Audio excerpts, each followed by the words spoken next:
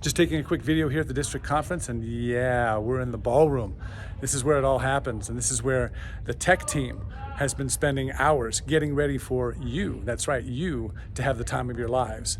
And that's the early stages of the setup. There's Ken Fong back there, hustling, running wires. We've got Ray Ward in here. We've got Steve Lemon in here. We've got Dave Vadine in here, and Jay Boatwright. What a great team. Very lucky to have them. All right, we're here at the reception for the district conference up in Reno. I'm going to give you a little view here. There's the pool right there. It's a gorgeous evening. It's about 78 degrees. There's the crowd right there. Everybody's having a great time. Yep, we got some people walking by, people having drinks, people having a great time. If you ever made it to a district conference, I think you should put it on your schedule. Try to make it out to a different district conference at some time during your Rotary career. I don't think that you will have a bad time. There are no bad times. We're at the district conference. I'm here with Cole. Cole's handing out some hors d'oeuvres. Cole, what do we got here? We have a cheese, pear, and apple crostini with a walnut garnish. It is very tasty. Oh, I'm loving it. Hey, if you're not here, you're missing out. Go Rotarians International. Thanks, Cole. We love you. Yep. Hi there, guys. I am here with your name? Molly. Molly and Katie. There we go. All right, so Katie's showing me her badge. There's Katie's badge. Now, Katie and Molly have been to how many district conferences? 18. 9. I think 9's right. 18 is close, but 9 district conferences. She was a baby when she went to her first one. So if you don't think you can bring your kids to a district conference, you can. So from our family to yours, join us next year. Say goodbye, guys. Bye. On behalf of District 5150, 5180, and 5190, it is our pleasure to officially welcome you to the Better Together Multi-District Conference. And on behalf of my esteemed district governor colleagues, I not only want to welcome you, but I want to let you know that this weekend is all about you. Yes. It's about the many accomplishments that you, our Rotary members, have made in many areas of your club service work, whether it be impacting our local communities, reaching lives on the other side of the globe, inspiring youth, taking care of our seniors, protecting our earth, and everything in between. We are so proud of all that you have accomplished in the Bay Area, the greater Sacramento region, the Sierra Nevadas, and Northern Nevada. So give yourselves a big round of applause.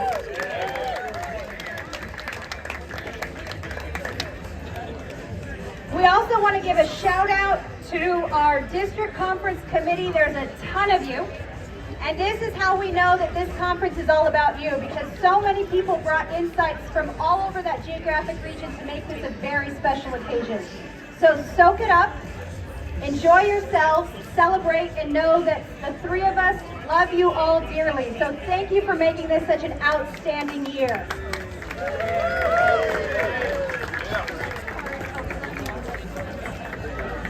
And in the words of my two colleagues, we love you, and let's party! We'll see you soon. I'm here with Mary and Christopher. Mary Christopher. We're here at the Bowling for Polio. And we can see here that Mary's got the pin all set, ready to go, signed by Gordon McInally, Rotary International President. Christopher, what do you have to say about that? One of these coveted pins, you think you can get one? I'm hoping. It's a dream. It is a dream, isn't it? Yeah. Absolutely. There are a lot of good bowlers out there. I've seen scores in the high teens. Competition is, wow. It's very tough. And we're not allowing bumpers, right? No bumpers? Bumpers for the kids. Oh, bumpers for the kids. Can I identify as a kid? No. No, we all wish, Mike. We all wish. I think No, is it fair to all concerned? it is not fair to all concerned. But I do often say that I'm a 12-year-old boy all the time. Anyways. But is it the truth? It is. Okay, it is the truth. I'm a 12-year-old boy. It's that's fair. I am all the time. This is what it is. So we got a lot of fierce competition out there. You can see that all the bowling is glow bowling tonight. I think it's going to be a lot of fun. Yeah. Mary's got all the pins ready. We'll hand them out to the winners. Is there a coveted grand prize? Yes. There is. What does that look like? Shoes. Look at that. Wow, that would be something to put on your mantle and have your wife hate you forever. Unless, of course, she wanted. There is that. Anyway, Mary, thank you so much for putting this together. You're Again, welcome. this is Thank bowling. you, everybody, for participating. Absolutely, this is Bowling for Polio. Again, another one of the amazing events that you can experience at a district conference. Think about going next year. You guys get 5 minutes of practice. And then the way that the scoring works is you will play at least 2 games. Come report back to us. Keep track of your team score. And the team with the highest score gets one of these trophies that's signed by President McInally. Okay? The other set is for the highest team fundraising team. Because this is for polio. Okay? So just worry about bowling your best. And we do have one special trophy for the highest score. So who's that going to be? Mary, look at all that enthusiasm and excitement out there. It is absolutely unreal. I have never seen anything like this at a bowling tournament ever in my life. Go ahead and start. How many practices? 5 practices. 5 frames? And here we go. Stacy. 290, baby. 290. 290. That's what you're gonna bowl. 290. Oh, I'm 5190. I don't think that's a score. Bet you can get one of these pins. Look at these. I know. Michael, Yes, we ma'am. got to get our San Francisco team right there. San Francisco number 2. So San Francisco number 2. Where's San Francisco? Up here? All right. All right, so I was told to get some footage of San Francisco number 2 because you guys are ringers, right? You actually came in from, the international bowling Yeah, the championship bowling team. championship of bowling. Rotary Oh my Club of gosh, San he's got his own Francisco. ball. Nothing says winner than a bowling We have ball. matching shirts, I like the shirts. so we're ready. They're very nice. I like them very much. All right, guys. You're representing Mary here, so let's do this. Is he gonna pick up the spare? Can we see it? And no. That was practice, though. All right, somebody else go now. Just practice. I want to see Christopher. Come on, Christopher. Let's do it. Show me your balls. Yeah, we'll see. Here We'll we see go. how it goes. Yes. That was my Oh, they're ball, blue balls. Bob Herman. That's why you missed Go with it. number 8. The balls aren't coming back. Go with number 8. Well, it broke. I think you broke it. We broke it. We broke it. Well, it was there Joe we go. that broke it. There you have it, folks. San Francisco broke the lane. Yeah, in Reno, Nevada. Their awesomeness completely overwhelmed the bowling lane. We'll be back. We'll be back. Well, yeah, it did, yeah. We'll be back. I'm the videographer. Videographer. Yes, indeed, sir. And your name?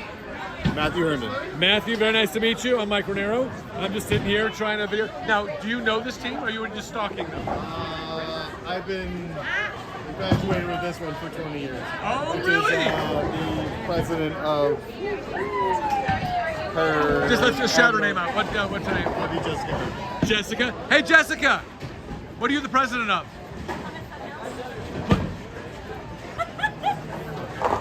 Plymouth Foothills. Excellent. Yeah, our viewers wouldn't have been able to hear that with all this noise around here. So, what is your team going to score? What will be your bowling average? Do we have a guess? 110. 110. That's my golf game and my bowling score. So that's 145. 145. Whoa, somebody has a fan. He thinks you're gonna do better than that. He's my number 1 fan. Aw, that's awesome. Oh my gosh, there it is. There's a connection. All right, so are you ready to roll? When are you gonna roll? I'm not up yet. We'll find out. Okay. I'm gonna pause this and we're gonna watch you roll. Okay? Okay. Here we go.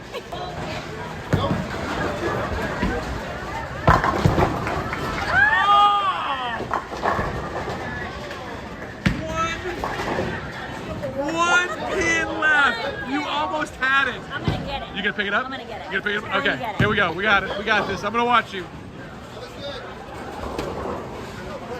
Choose wisely. Lucky number 7.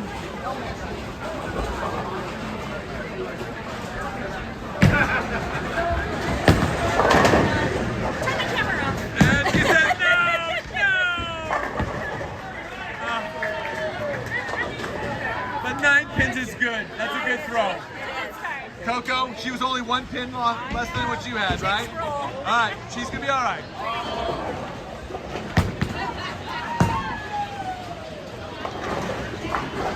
That was pretty good, Slick. I liked it. You got style. I give you some style points for that one.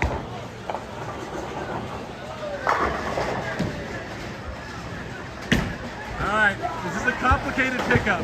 Very complicated. All right, here we go, Matt. Let's go. Here we go.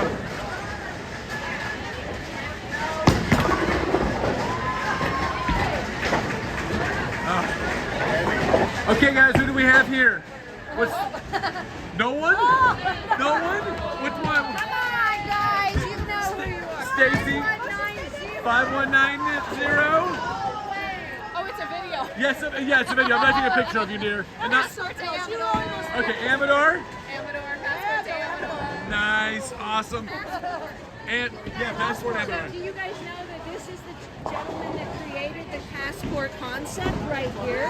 Now I got Right it. here. Thank you, honey. That's really cool. You're very welcome. I wouldn't be here without you. Honestly. Honestly. Look what you did. Look what you I'm tearing up. You guys are making me feel really good. I really appreciate that. All right, now I'm rooting for you to be the winner of this entire thing. So you guys are my pick now. We are the best. Yes. Yes. Gold Country over here, which is my home club. Yeah. Okay. Go Girls Country. Woo woo woo. But these guys were really nice to me. So really said nice things. So. But yes, Gold Country. Woo. And Amador. Yeah. Yes, indeed. So I wish you all the best. So any predictions? So what's good? Fun club anyway. You're the fun club. Oh, I see. Any predictions? Score predictions? Average? No? 100? 300. 300? 300! I love that. An average of 300. Amador, you think you can beat that? Oh, yeah. Oh, I love the optimism.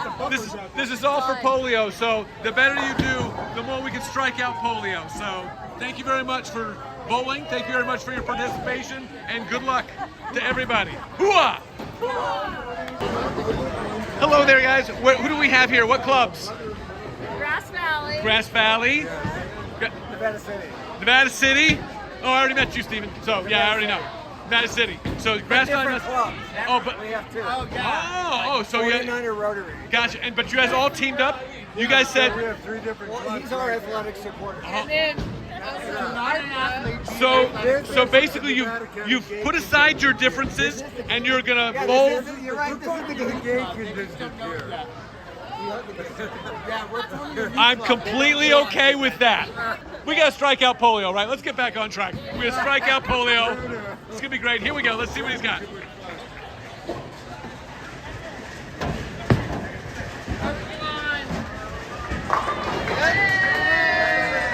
got some pins down. That's amazing. Well done. All right, guys. Well, I wish you all luck. Thank you for being here. Thank you for doing what you're doing. Good luck. I hope you win a pin or 2. Jason, get it. Okay, who do we have here? Laguna Sunrise? Yeah. The whole team? David's honorary Laguna. We love that. Setting aside differences, working together to strike out polio. We are. I love it. Absolutely love it. So what's our prediction here? Prediction, score, average score? He's gonna get a turkey. So far, I've gotten 2 strikes. Whoa, so you're gonna average a 300. I love it. I love your optimism. If we could just stop now. That would be great. Oh, I think it'd be. I know. So we left a few pins on the floor there.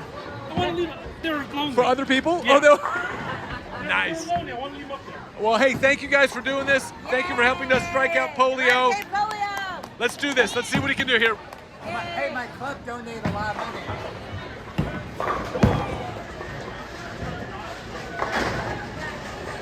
Kept it on, though. You kept it on. So how much did you raise? $1,250. You all right. Well done, sir. Here, I'm going to stick out my hand. My club Shake the raised hand. that. There we go. My club did that. I just passed the CM. But somebody's got to deliver the goods. Well done. Thank you, guys. Enjoy your bowling. Good luck. Keep working on that 300. So, hey, Doug. Doug, I never asked you. What club are you with? Half Moon Bay. Half Moon Bay and Woodside. Woodside. Wow, Woodside Patrol setting aside your differences to bowl to strike out polio. Right. I absolutely love it. Fantastic effort.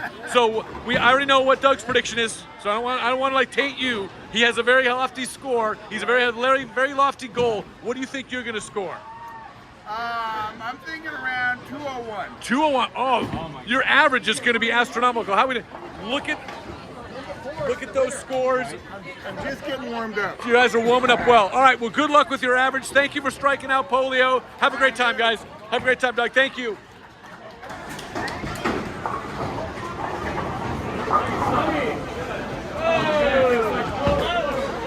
So how are we doing here? We're bowling well. What?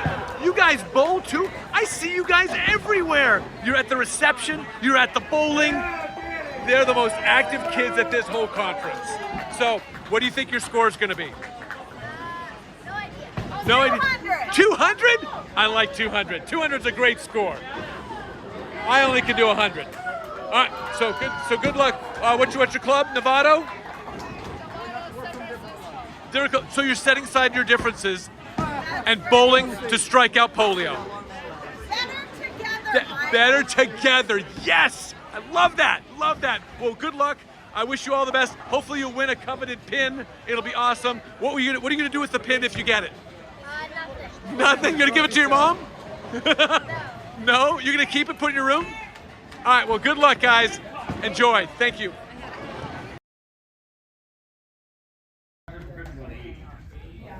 Yep. Hey, brother. Good morning. How is everybody? Good, buddy. How are you? You're doing great, thanks. Registration's already here for the onslaught of people. The onslaught of 20 people today? 20 people that haven't been here yet. Get out of my way. Thank you. You know what? Be ready. Uh-oh. I'm ready. Be ready. I'm ready. Look, I even have my pants on. That's great. That's wonderful. Wow. Right? So thank you all for doing all this registration stuff. We really appreciate it. Thank you. Thank you, sir. Thank you. No, thank you. Feel like Spider-Man. Exactly right. I'm gonna go walk around the House of Friendship. Thank you. Find a friend or two. You know how hard it is for me to find friends? It's very difficult. Hi, friend. Good to see you. I'm getting cover-ups, but no. Oh, okay. I'm a fan of Hi, Sydney Smith. How are you? Look at you all ready to go. Hey, ready to roll, Ready man. to roll, man. This is good. Good morning. Hanging out with people from 5180. Yeah. You know, And from Roseville. That's a hard thing But to you do. know, when you do Roseville, you have to do the signal. What's that? Roseville. Oh, Roseville. Yes. I am not familiar with that. I don't. We do it behind your back. See you, Sydney. Oh, All right. You guys are just like that. I'm going to take a tour of the House of Friendship. I'm down. I'll Excellent. come with you. All right, here we go. Take a little tour here. People of Action. See what this Disc for Life. That's interesting.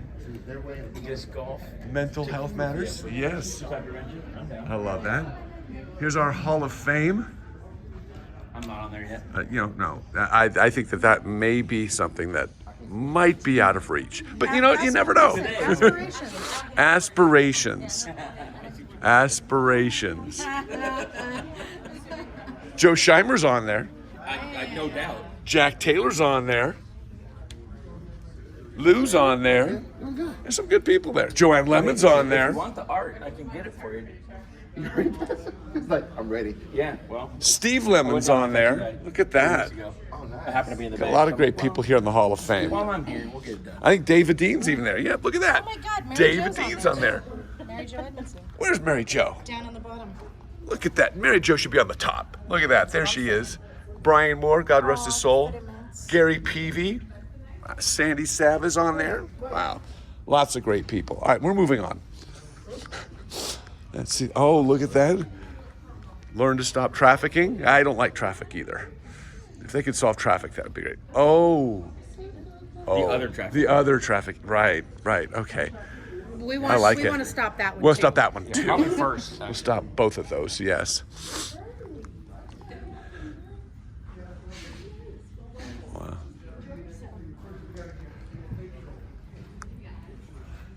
Free guitars for kids. Can I identify as a kid and get one? I'd love to play guitar. My daughter actually wanted to take a electric guitar. She just got one, but I don't know where to Look at that one, the E Club of District 5190. Excellent here. They got a raffle going on, walking the path of Rotary. Very cool. They have raffle baskets. You can get $20 per sheet. Wow, that's a lot. That really improves your odds. It really does. That does. Let's see what we got here. Rock out for Rotary. I don't know what that really means, but look at that. That's pretty cool. Thank you.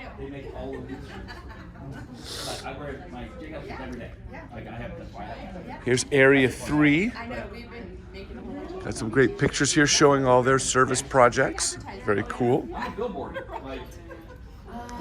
Here's Promote Me. Hi, Promote Me. Thank you for being here. Love to have you here. Look at all the wonderful bits of swag that you can get. Check out that This is amazing. bling. Show me the best bling that you've got. The best bling that we have. Yes, what do you got? Oh, the bedazzled Yes. half shirt for late. Oh, no, it's a full shirt. Okay. You almost had me there. Almost. I like it, though. That's very nice. It looks very stylish. It could be for evening or daytime. I mean, Excellent. Excellent. Thank you guys for being here. Really appreciate that. Ooh, I like that one, too. That's great. Fantastic. I wish you much success today. Hope we can get everybody blinged out for and swagged out for the Rotary District Conference. Thanks, guys. Thank you.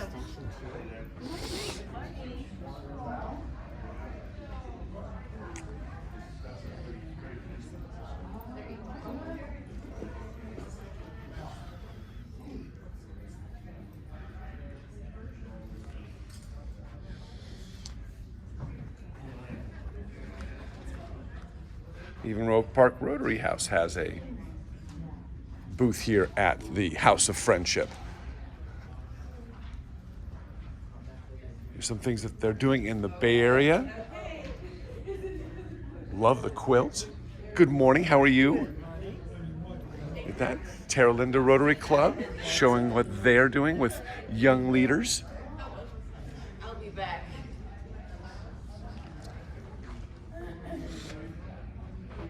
The City of Lights, Orville, we've already run a story on this sometime this year. I can't remember what month it was, but great fundraiser by the Rotary Club of Oroville. Recreational Vehicle Fellowship. As you want to travel the country, what a great fellowship to be a part of. Here's the Area 13. Looks like they've got some neat projects that their clubs have done. The Alliance of Smiles for Cleft Palate. Great work that they do. Great work. Here, Millbrae Rotary Club's got a golf tournament coming up June 3rd. That's awesome. A club that gets stuff done. You gotta love that. A young club from ages 23 to 83. From young to the young at heart, I guess is what they mean.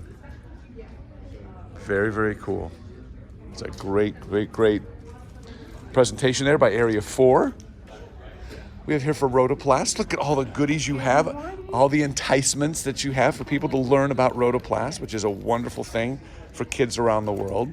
Thank you for being here. Thank you.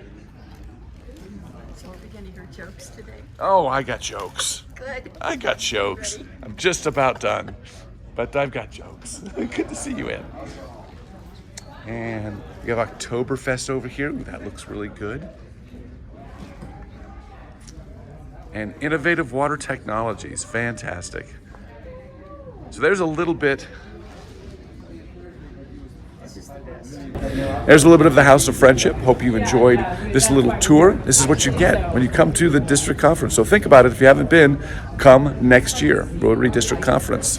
Don't know where it's going to be, but that's part of the fun. And then we're going to have the awards ceremony. And then we're going to present the bell for the Club of the Year.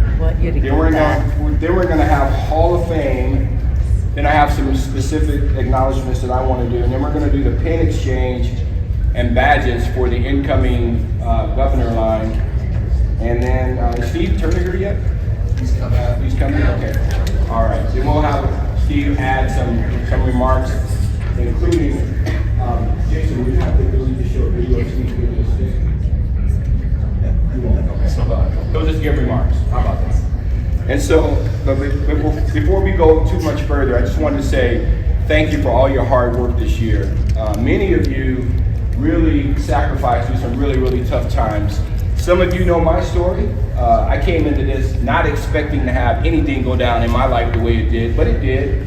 And we were able to get through it because I had really great friends around me and a whole lot of support. And so there's no way it would have ever happened without you. So give yourself a hand for that.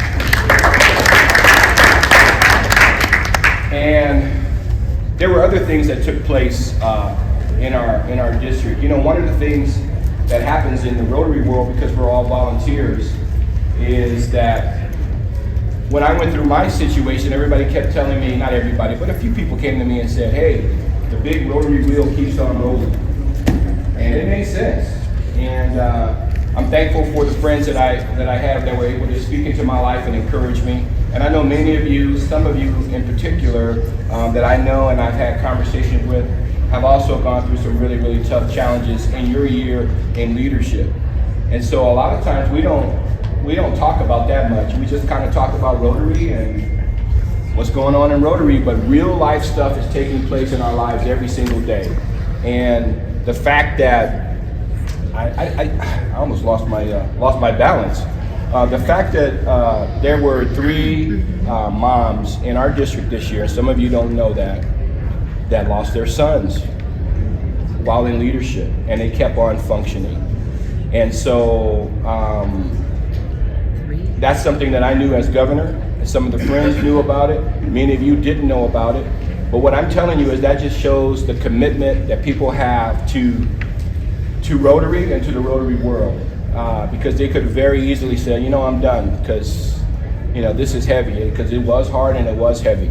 So as you continue your Rotary campaign as leaders, I hope that when things go down, that you're able to have a team around you that will rally and that will help you. This is not about me. This year has never been about me. You didn't hear many me's. You're hearing them right now, but for the most part, you didn't hear many me's. It was us.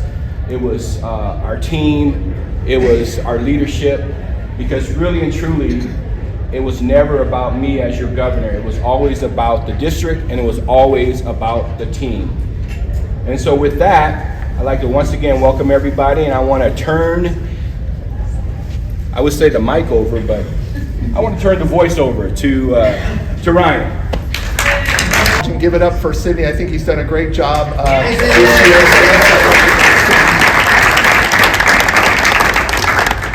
And Sydney doesn't want the spotlight, so he wanted me to formally start the business meeting. So I'm going to call this meeting to order.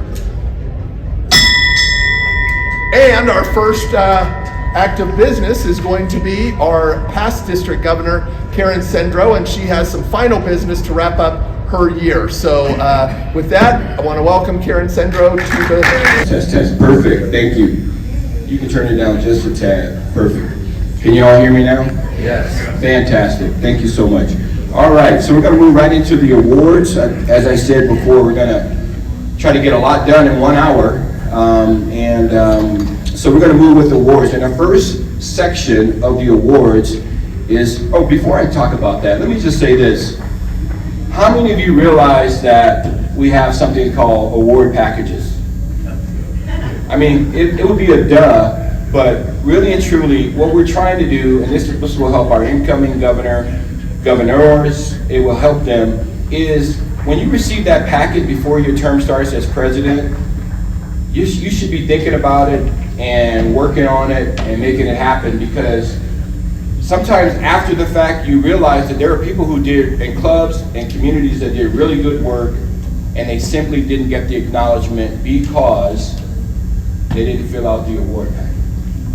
So really, you're doing a kind of a disservice to your club if you don't do it. So I would urge you to make sure you fill out the award packet, and that's how we got the results that we have today. So our first category, and by the way, I want to thank Maria Mengati and Janice Gage for being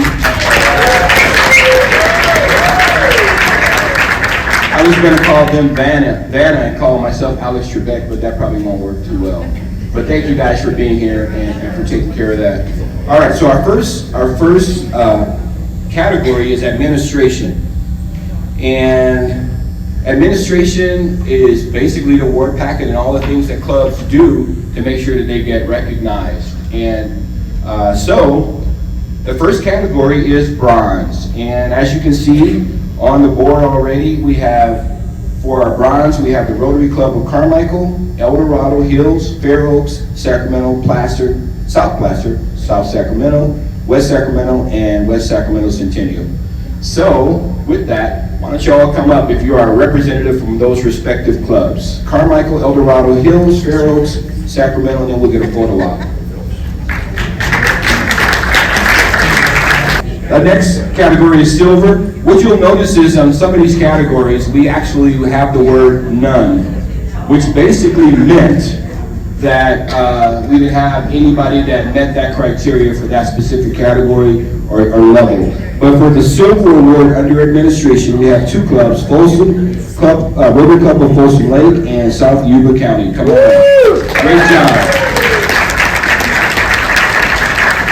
Just jumped in this morning as our photographer, so Dave, thank you for doing that.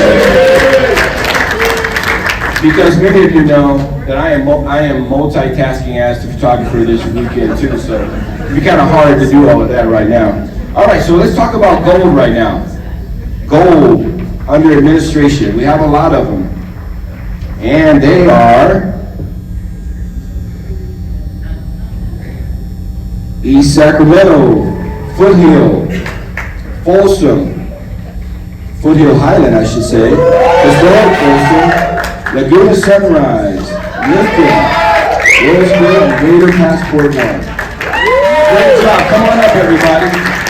Fantastic.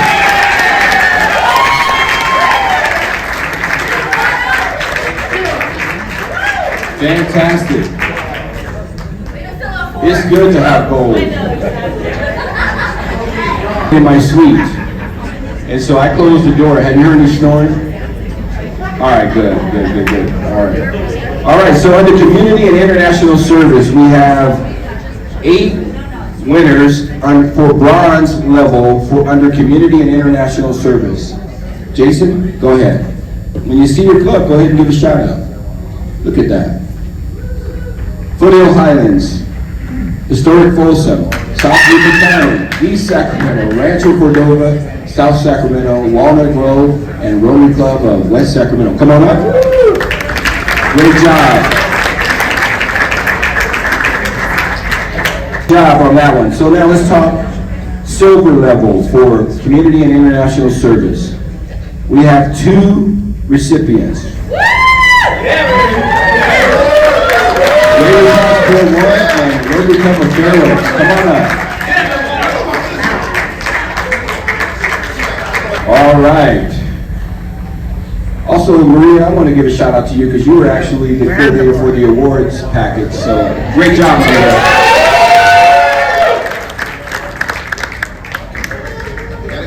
All those 2 a.m. phone calls. So here's the gold. Come up for the gold. Rotary Club of North Sacramento, Folsom Lake, Laguna Sunrise, Lincoln, Elk Grove, Folsom, Roseville, and Sacramento. That's fantastic.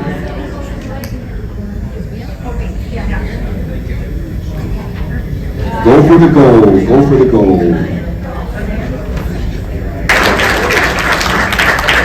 So our next category is membership and vocational services. There's 2 in the bronze category. The Rotary Club of Oroville and the Rotary Club of Sacramento. Hey Todd, maybe you should just get a chair and just sit right up there and just, so you don't have to walk so far every time. Well done. Photo op. Way to go. All right. Under the silver category, we had 2. Laguna Sunrise and the Rotary Club of Roseville.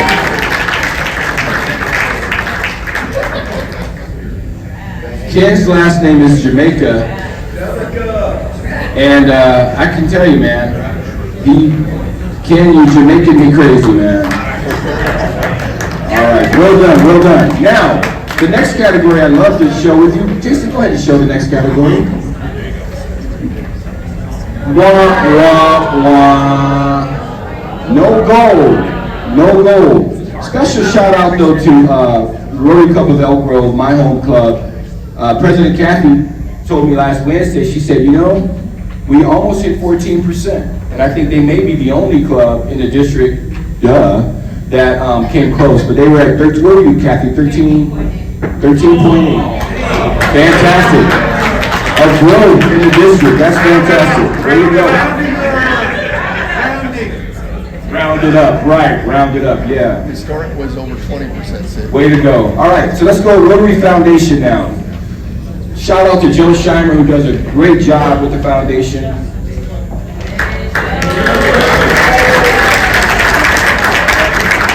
So under the bronze category, we have 4 recipients. They are the Rotary Club of Folsom, Rotary Club of Orangeville, of Rancho Cordova, and the Rotary Club of Sacramento. Come on up.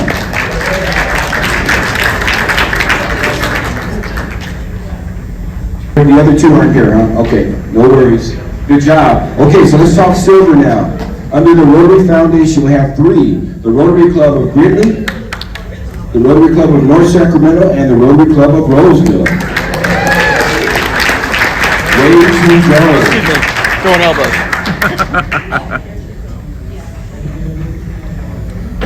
Job card.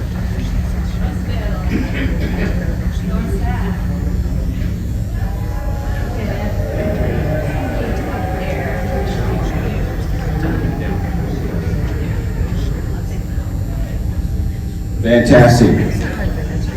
And in the gold category, we only have 1 club. That club is... the Rotary Club of Laguna Sunrise.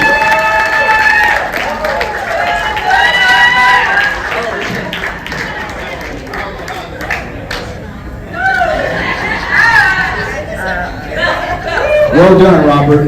Well done, for the Rotary Club of Laguna Sunrise. So, Robert, are you saying we should do a recount? Are you saying No. Okay, just checking. All right. So, under public image, we only have 1 recipient under bronze, and that is the Rotary Club of Historic Folsom. Come on up. Fantastic. Gina, why don't you dance and show everybody how excited you are? Well done. Congratulations.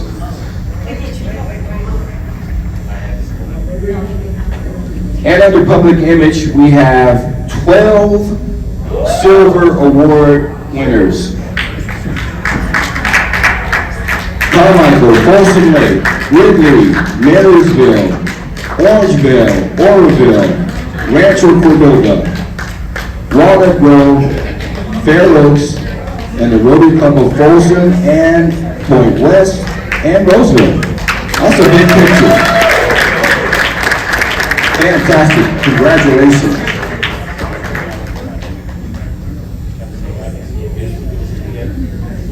Wow. Well done. Well done.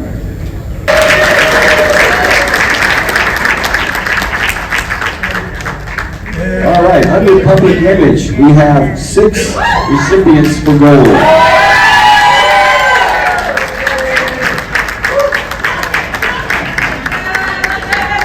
Go, girl, go.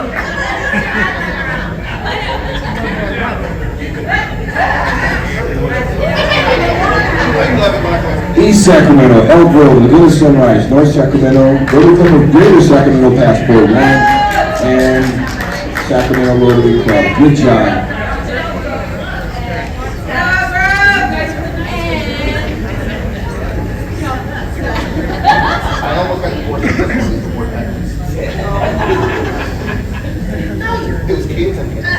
Fantastic, fantastic. Let's hear it for them, you guys.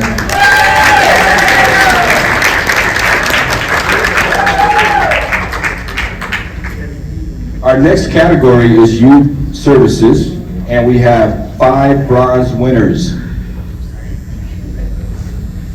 The Rotary Club of Oroville, the Rotary Club of Elk Grove, the Rotary Club of Fair Oaks, Rotary Club of Folsom, and the Rotary Club of Point West. Fantastic. Rotarians, it all begins with encouraging young people to follow our suit, man, and become Rotarians. And so, well done to that group for doing that. So the silver category in this, no, the silver category is wah, wah, wah, in the area of youth. That's because we're all gold.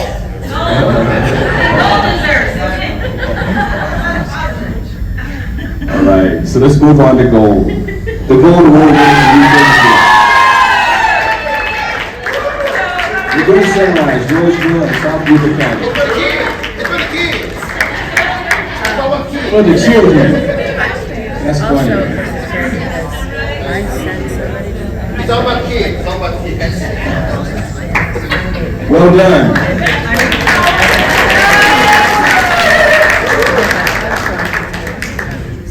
All right. So far, so good. And now we want to talk about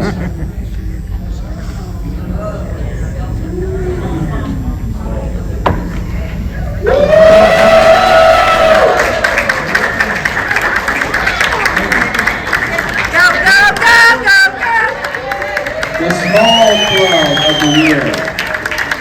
Roseville, North Sacramento.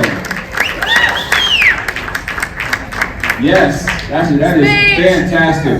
We got to stay up here, please. Let's get a photo up with all 3. Yeah, so if you could stay up here, that'd be great. All right. And our next category for medium. Yeah!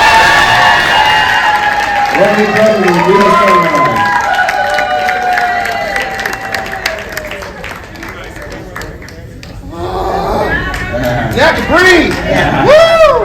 Thank you, thank you. That's fantastic. And for our large club,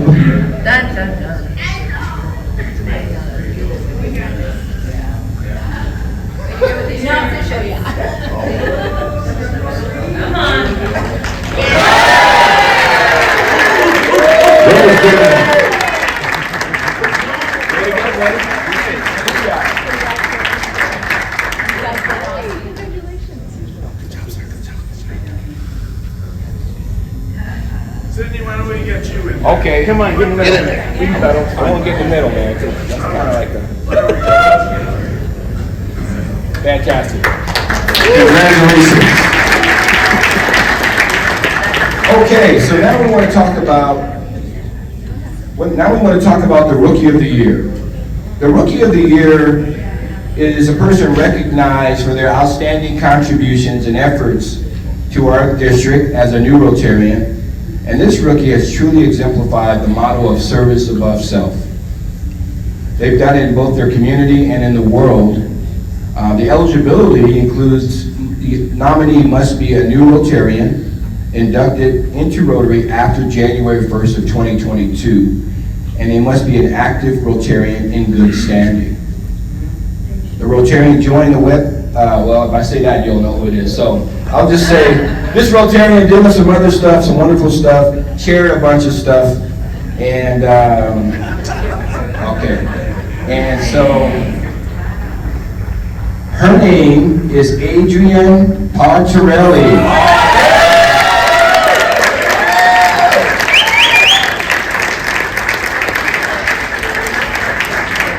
Well done, Adrienne.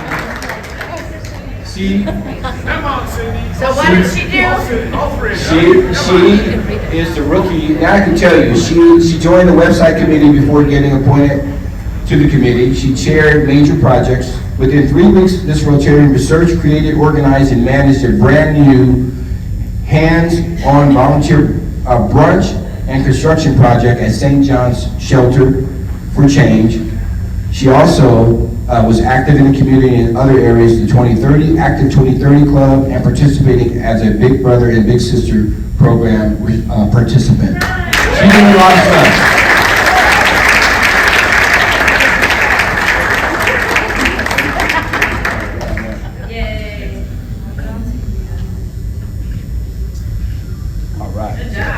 Congratulations. This is fun stuff, especially when you know you've seen the fruit. You know, you see the fruit. Now I want to talk about the Rotarian of the Year. The purpose of this is to recognize this person's strength in Rotary. I'm trying to read it so they don't know who they are. So anyway, I'll just say this. It's all good. It's all good. This award provides, and it means that this person should be recognized as a member in outstanding stead and has created an atmosphere of growth and love in their respective communities. As Rotarians, the eligibility includes the nominee must be an active Rotarian in good standing and a member of Rotary for at least 5 years. Only one nominee is eligible per year, and the individual may receive the award only once. This year's Rotarian has been a Rotarian for a long time. I'm saying that because if I say the amount, you'll probably know who it is. Has held numerous club offices, and without further ado, I'll tell you more about what the person did after I tell you who they are. That person is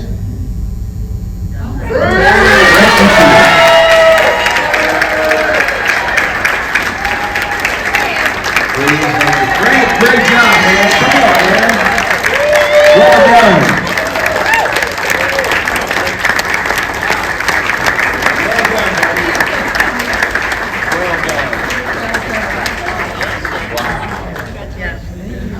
A little bit about Frank.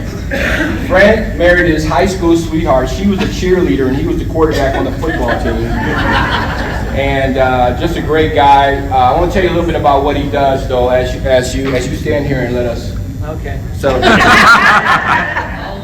Frank is a very big participant, and he's basically the driving force behind our mentor-mentee program. It's a program where we take 8th graders and we mentor them all the way up through high school. At the end of their high school career, high school years, they get a scholarship towards their additional education. It's a program that we're very proud of. We've done for 25 years in Elk Grove. Frank is one of the key, he is the key, along with Rita, that makes that happen.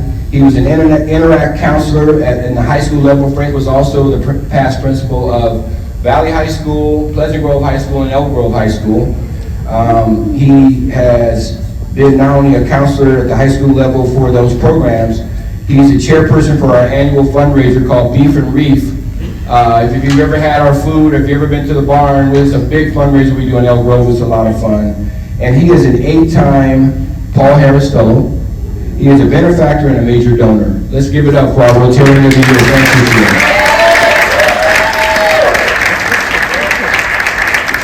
Thank you. Oh, right here. You rock, Frank! Go Elk Grove! Frank's shaking right now. Jump, Frank. Frank never shakes. As we tabulated all the information, Maria looked at me and she said, "Did you realize that the Rookie of the Year and the Rotarian of the Year are both Italian?" Okay. Like me. All right. So, let's see.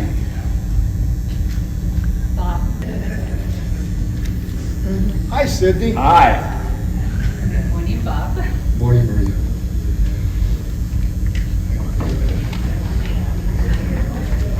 We just had awards for people who did a lot during this last Rotary year, Rookie of the Year and the Rotarian of the Year. I hope everybody's had a chance to look at our Hall of Fame wall out there in the House of Friendship.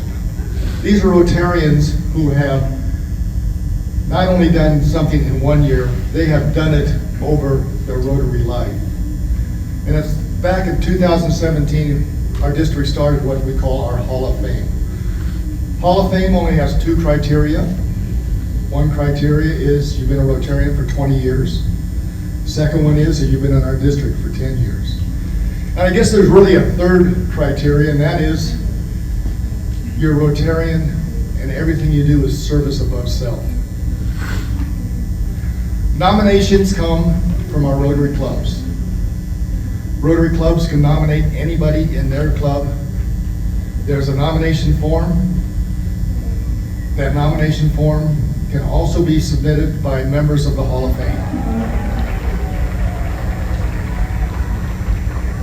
It is sent out to everyone who is a Hall of Fame member, and the Hall of Fame members are the ones who vote on who will be inducted in this year. You must receive 75% of the votes of the voting Hall of Fame members.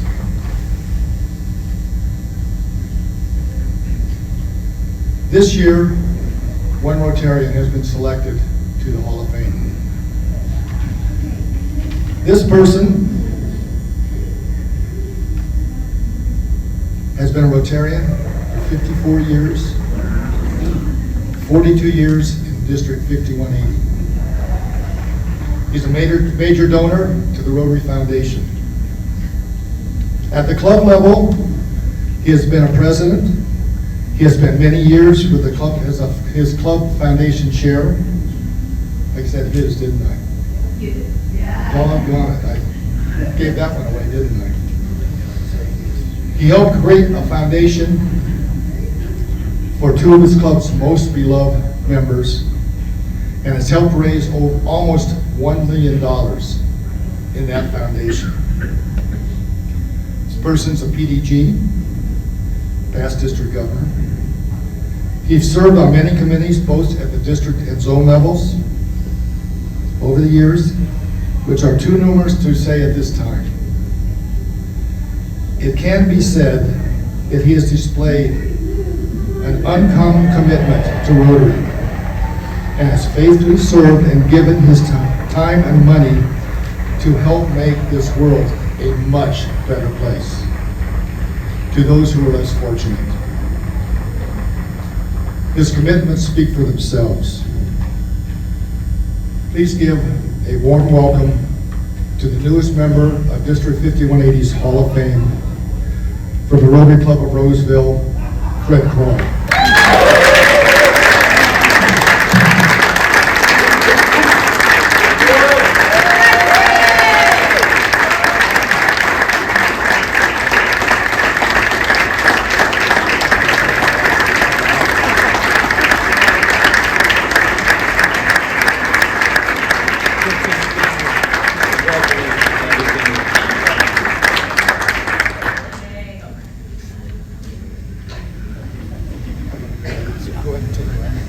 Read the newsletter. I watch the newsletter. You watch it, that's key. That's key. So one of the things that I wanted to do as governor is to acknowledge our ability to get information disseminated. I admitted when I did my club visits that I very rarely ever read the newsletter. I would kind of Z-scan it to see if there was anything pertinent to me or my area. And so our year we came up with an idea to do it a little bit differently. And one of the things we wanted to do is to put it in video form. And so we have our newsletter that you've seen every week. Well, I watch it every week. So anyway, I just cannot say too much or enough really about the following recipient. This is kind of off the grid. So I happen to know that this person, like myself, likes to hang out with Mickey. And that's Mickey Mouse for us. People are like, Mickey, who's Mickey? No, Mickey Mouse. And so this is what I've called the Governor's Award, and the Governor's Award this year goes to Mike and Leanne Raniero.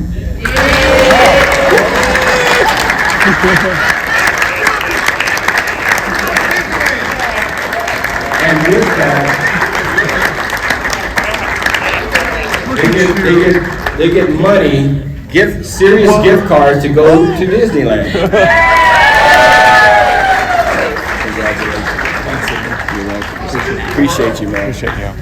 And thank all of you for watching or listening in your car as a podcast. That was the whole intent, just be able to just listen to it. So it was great. Oh, sorry. I gotta go back. Sorry. Thanks, Dave. Thank you so much. Congratulations. Thank you. And the thing about it is, Mike and another person who is not here, she can't be here, but our host, our anchor, is Dee Dee Cordell. Yeah. And Dee Dee, I'm telling you, it's good, yeah.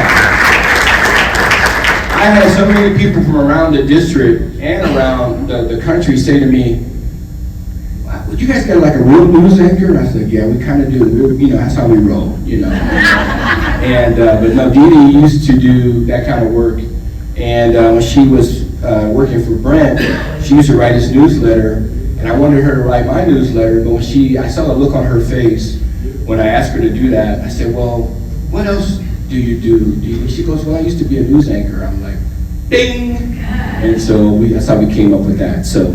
Well done. Okay, so the next person is also receiving a governor award, and this is for a person who, here's a little secret. Steve, take notes, man. You gotta have a really, really, really good team. Many of you know how gifted I am in the area of organization, right? So you gotta have a really, I'm not sure why you guys are laughing so hard. But anyway, so along with our AGs and our Maria being my executive secretary, there was a person who I called up when I got the nod to be governor, and I said, "I'm looking for a chief of staff." And I said, "I want somebody just like you." And shoot, she almost brought me to tears because she said, "Well, why not me?" And my chief of staff this year is the best chief of staff a governor could ever have, and basically kept me on the straight and narrow, made hard decisions, said really hard things, and at every turn I respected her because I knew it was coming from a place of love and what's better and what's best for our district.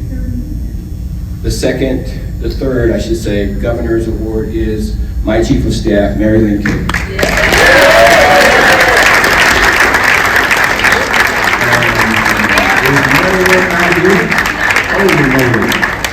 Holy moly. Mary Lynn's not here.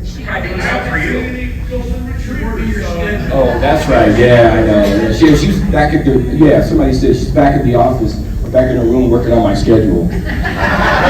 So we'll be sure that she also received, she's also a Disney fan, so she got some Disney love as well. All right, so we have one more final thing to do. Let's see, Disney. Oh, so at this time I'd like to get Steve Turner, Megan, and Dave up, please. Yes. Dave, you want AV probably? Yeah. Dave's with Mary Lynn. Whoa. So part of our task as governor is to present the incoming governors with a token to remind them that you're going to be governor in a matter of months and weeks and years. And so for Steve Turner, he'll create his own badge. I have my badge, it's black and gold, but I did one just for now as a keepsake. It says District Governor 2425, District 5180 for Steve Turner. I'd like to give you that, sir.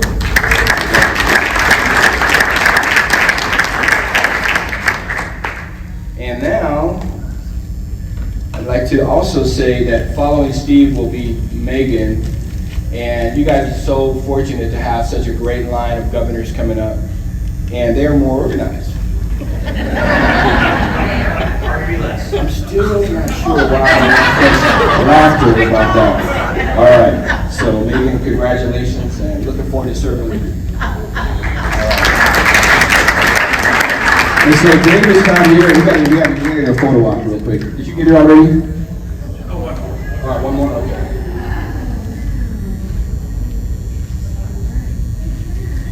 Perfect, thank you. Well done. You guys are in good hands. Stay there. Steve is right here. Steve? Yeah, come back. All right, so part of the tradition, I'll hand you this one, buddy. Part of the tradition is also the pen on your predecessor and successor. And shoot. Need help, sir?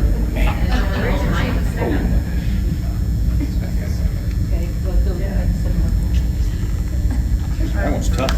Yeah. Should I mix them up? No. Don't mix them up. All right. So this is a ceremonial thing that we do. Steve gets his pen. And Steve has my pen. So I will pen on yours, and you can pen on mine. Or we can just give it to you. You want to just use hand it to you? We'll do the gift. Yeah. Oh, here you go. This is for you, sir. Thank you. This is beautiful. Switch. This is for you. Congratulations, past district governor in about 50 days or so. Yeah, thank you, Sydney. appreciate you. All right, so we're getting in almost under time. Steve, do you want to, before you sit down, do you want to promote, you talk about your district conference? I will. Thank you, everybody. Thank you, Sydney. Sydney, so much. Of course. What kind of a team do we have with Sydney here, right? Sydney has really set the bar on making sure communication and love and how we take care of our clubs and our members. And I can tell you that I want to try to meet that bar just as much as Sydney's done. Our other past district governor, it has been such a good help. Thank you, Sydney, so much.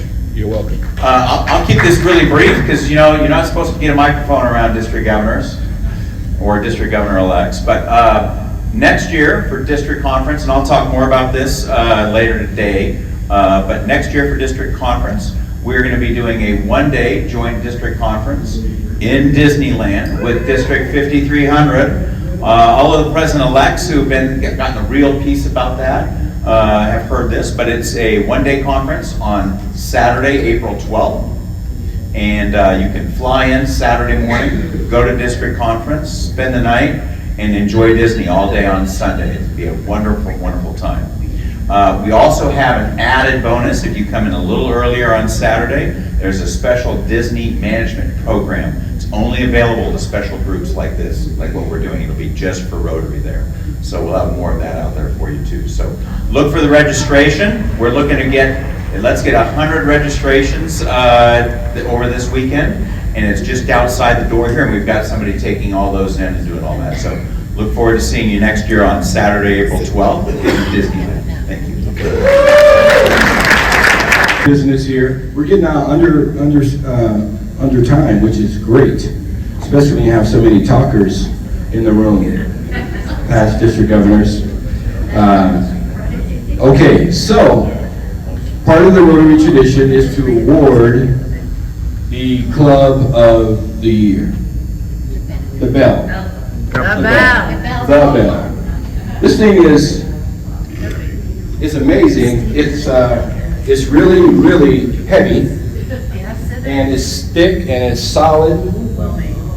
And boy, I have a hernia right now, frankly. I'm not doing well. But this is not about me. This is about the Club of the Year.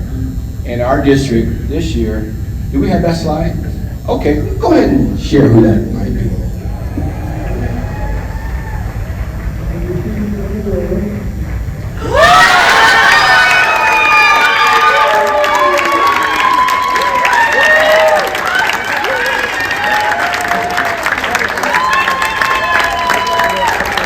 Well done.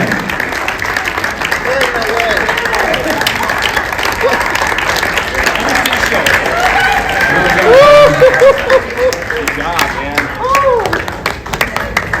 Wow. So now you get to carry this thing all around, and you get to proudly display it at Valley High Country Club. And the club members, yeah, come on. They are a mess. Isn't that something? How about that, huh? Should we move it out? Get over here. Isn't that fantastic? All right, fantastic. So now it's on a wheel and it's on a cart. The cart actually belongs to the district as well. I hope you brought a nice sized vehicle. I got an SUV, she got a truck, we'll make it happen. All right. All right, congratulations. Let's see if we can win somebody. Lastly, before we leave, I just want to say this. There are people in this room who have done a lot for me and for the district and for our organization. And I just want to encourage you, one of the things that we learned is, as leaders, is that the people, our end users, they don't care about our stuff and our opinions. What they care about is whether or not we're going to show up and be who we say we are as Rotarians. And so what I love about this room is that we have a room full of people that understand that.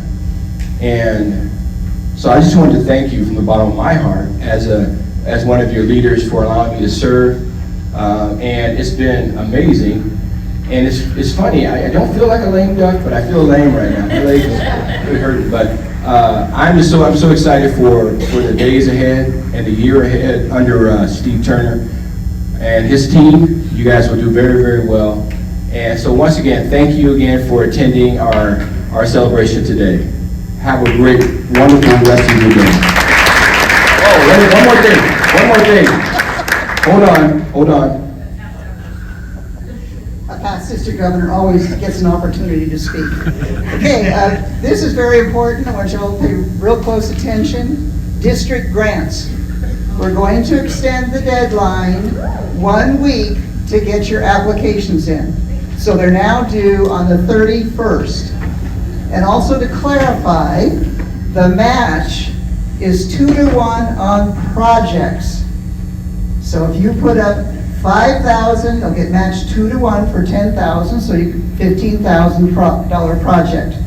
RILA and scholarships will continue to be matched 1-to-1. Okay? The most a club can get is $10,000 in grant funds. So you can do a combination of a project, RILA, scholarship. But that's the max you can get is $10,000 in grant funds. Are there any questions? If you have questions later, please contact Martha Ng or me, Joanne Lemon, so that we can help you get qualified for grant funds. Okay, some projects will not make the cut because they've got ineligible items. The terms and conditions are on the website for you to review as well as the applications. So don't hesitate to call. Sometimes I answer. All right, with that concludes our meeting.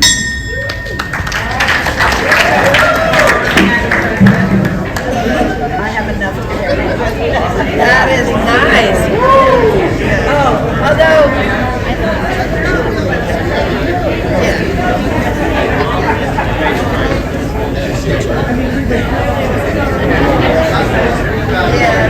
Congratulations, Sydney. Thank you, sir. Congratulations to you. Great job, Mike. Okay, I'm here with Guy DeBeau from the Rotary Club of Roseville, and Guy's here to tell us a little bit about a little fundraiser that the Rotary Club of Roseville is doing. Guy, what do we got? Well, as you know, human trafficking has become such a sick disease that we got to fight it. And we have two amazing things that we're doing to fight that. We have a great tee-off against trafficking that's going to be on August 9. Please go there, click right on the QR code. You can get just only lunch or the prayers. Everything's there. We have information also on sponsorship, everything as well. And delicious Belgian style beer that you can get at Monk's Cellar. And it just won gold, by the way, at the National Championship just a couple months ago. So cheers to success. Thank you, Guy. Appreciate you. Thank you.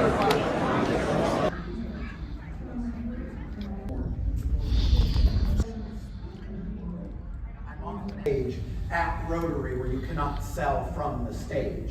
But I do that as well, because Janice left the room. But now she's Maria's here and is recording it. Great. So professional speakers will ask me, do I need humor in my talk? And I say, no, only if you want to get paid.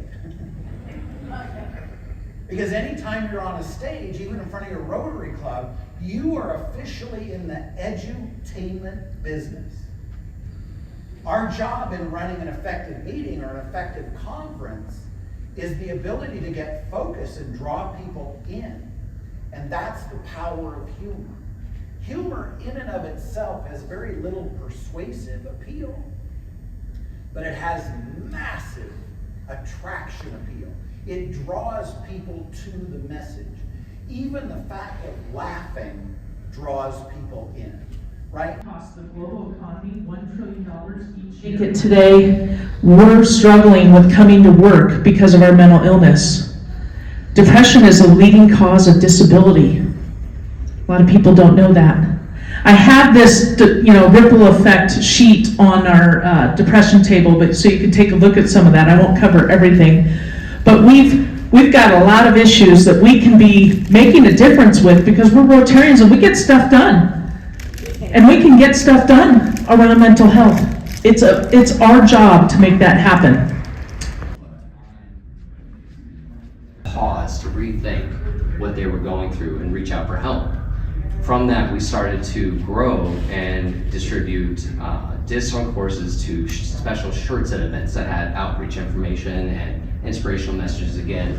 And as we've continued to grow and learn through the process of starting this organization, we've met thousands of amazing people that share their messages with us. We've had outreach from veterans who come back and find disc golf as a way of coping with what they've been going through.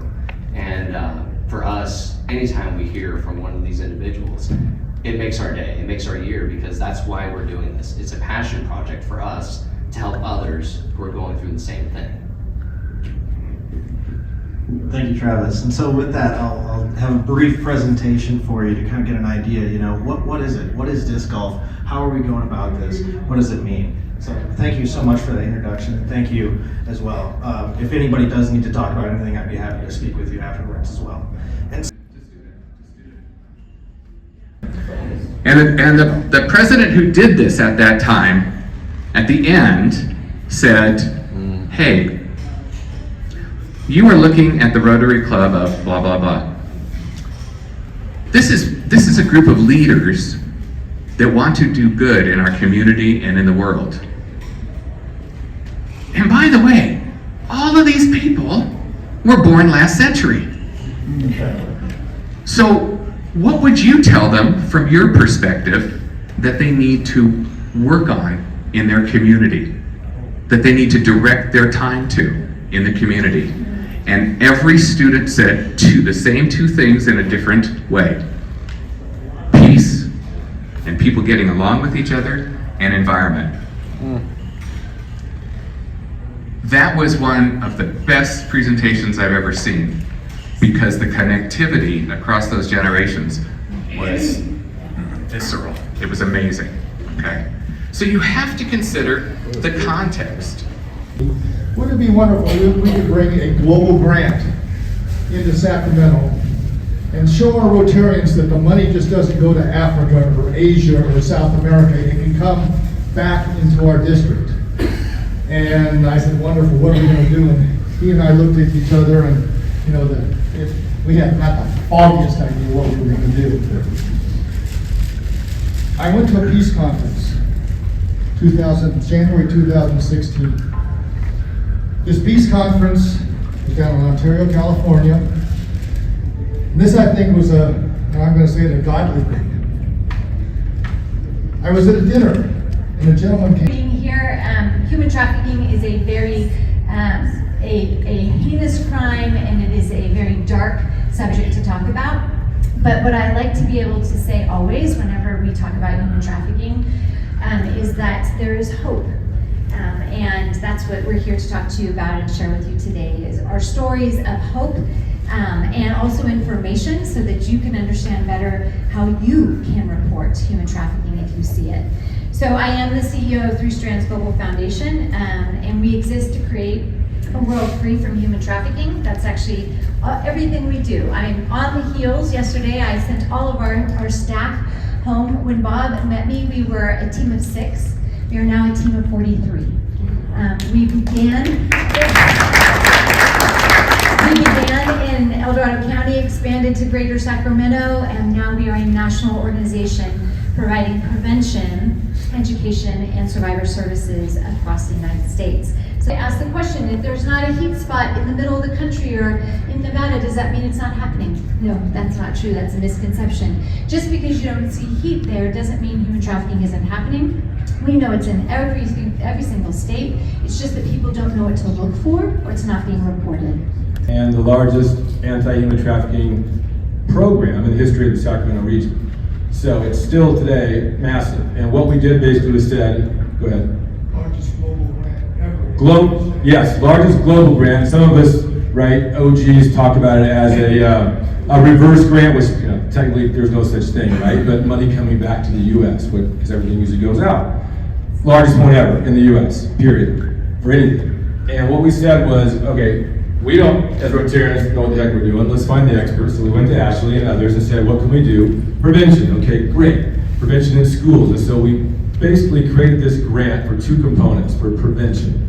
Education in the schools, which is most important. Teach the kids and the teachers, who are the trusted advisor, what to look for and what to do to keep kids safe, right? Better choices. And 2, public awareness. What the heck does trafficking look like? And so we got together with another group called the Voices Project, who were victims, who basically survivors created a PR program, and we got it together with Rotary for the first time ever and launched it in the Sacramento region. The outcome of this grant, and the grant itself was about $285,000, and then we had some extra money that wasn't matched, and he was like, well, that's not that much money. If you think about it in terms of real money, it's about $2 million, right? Because you get in-kind, Rotary people are going to give you free services. If you did a retail, itemized, about $2 million grant.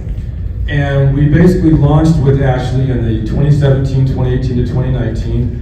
We got into every school district in the Sacramento 7-county region. Almost 60,000 students were taught, and at least one school in every school district in every county.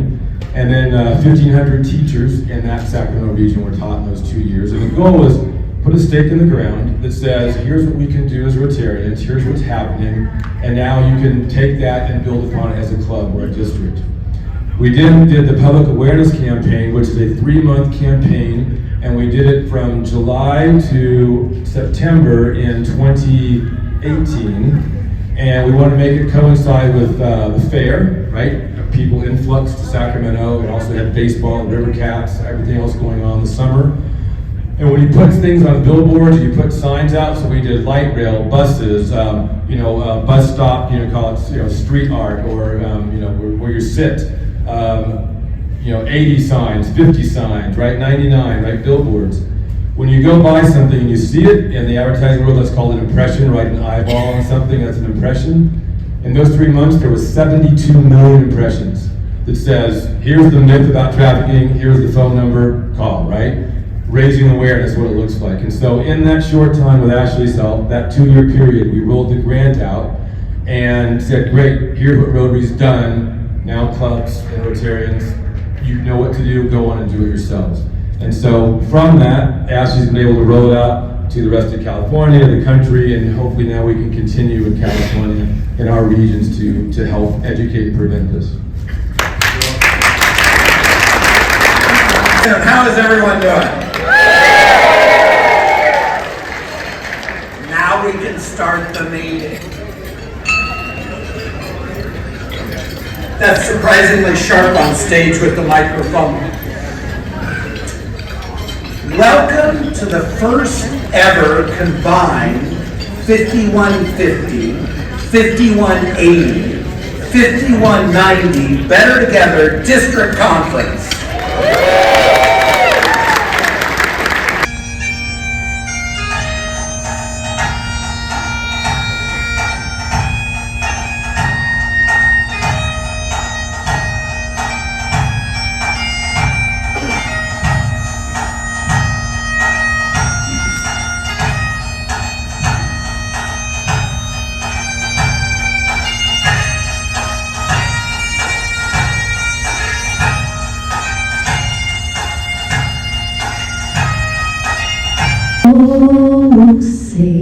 Can you see by the dawn's early light what so proudly we hailed at the twilight's last gleaming, whose broad stripes and bright stars through the perilous fight o'er the ramparts we watched were so gallantly streaming, and the rocket's red glare, the bombs bursting in air, gave proof through the night that our flag was still there. Oh, say, does that star-spangled banner yet wave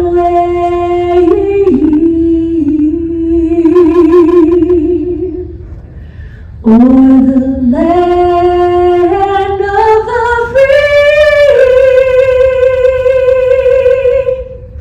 and the home of the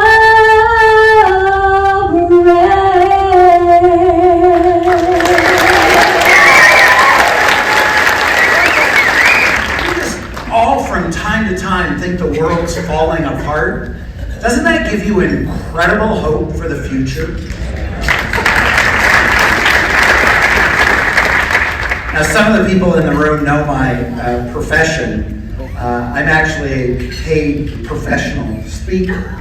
You're going to hear from another highly paid professional speaker. If you ladies work this right, oh, let me tell you. All right, I digress. Enough about me. Humor at many different levels. Now, both of you, I thought your presentations were incredible. And I was sitting next to Kaylin's mom, and we were both crying. We were just kind of losing our mind over there. All right, well, Brad, that's your warm-up right there, brother. I would like to bring to the stage, actually a good friend of mine. Brad and I have known each other, we figured out for the better part of 15 years. And not only is Brad an international touring comedian, and I think by international, it's more than like Canada and Mexico, right? Yeah, okay, we just have to clarify that in the States. We're talking international, like Gordon, like, whoa, international. His dry bar comedy special has been viewed more than 15 million times. In addition to his comedic endeavors and traveling around the world making people laugh, a number of years ago, Brad became the founder of 1 Degree of Separation, a nonprofit that has performed over 100 suicide prevention training programs in 13 states. For 6th to 12th graders, college students, military personnel, first responders, corporate clients, and recently 1 Degree signed a 2-year contract with the California prison industry to prevent suicide training for all employees. Please help me welcome to the stage a comedian, a magician, my friend, Brad Bonar Jr.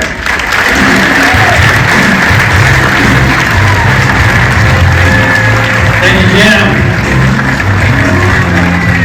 Oh, thank you for that introduction, and those girls were amazing. I'd like to do a little, you guys want to do a little magic to start off with?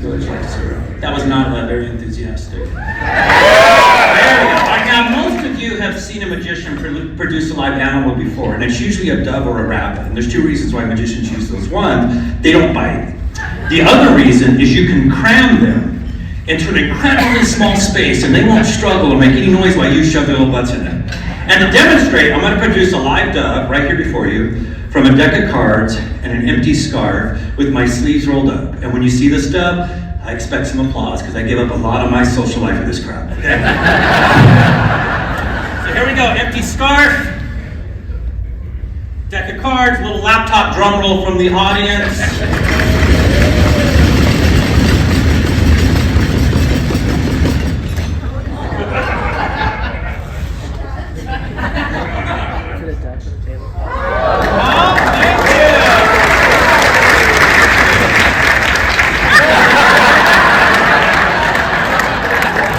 Thank you. I know, you were like, oh, and then a tragic face, like, what did he do?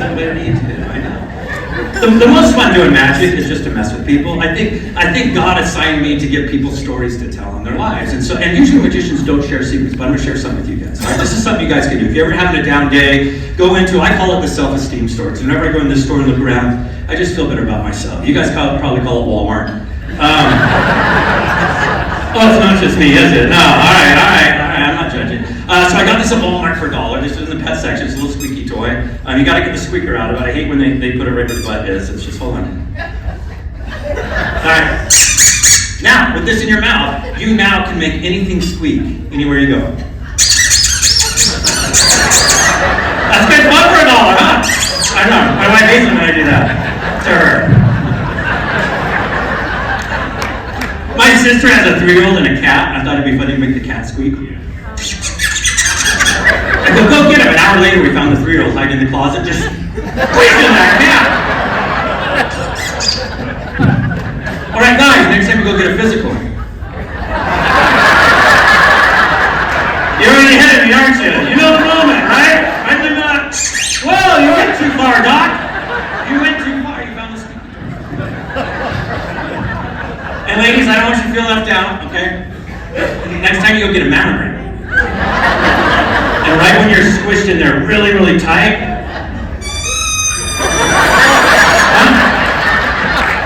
they'll remember you! You get a story, they get a story, everybody wins! Look over!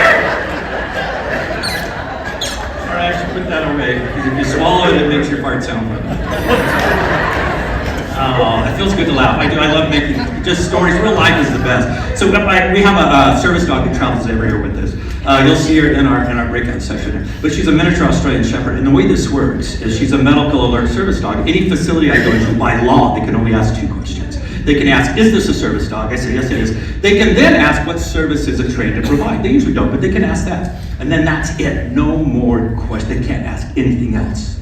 But people ask questions. Well, what's wrong with you? Do you have cancer? Is it diabetes? Do you have a seizure disorder? And I think that's not, they've crossed a line, haven't they? So if they cross the line, it's okay for me to cross some lines, right? So I make things up. My favorite is, my go-to is I tell people I have IBS.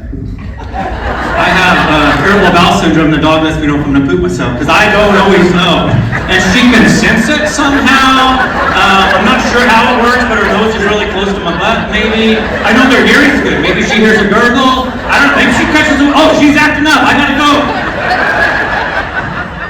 Don't say they deserve it though. Anything I didn't believe at that point. I was up at Jackson Rancheria, and there was this lady. She would not stop. She was not going to stop. So the comedy will be more for adults, but not dirty. We always keep it clean. I go, but then with the panels, the answers aren't any different. And we use these 5 questions. And real quick, the 5 questions are: what does it feel like physically? Describe your depression.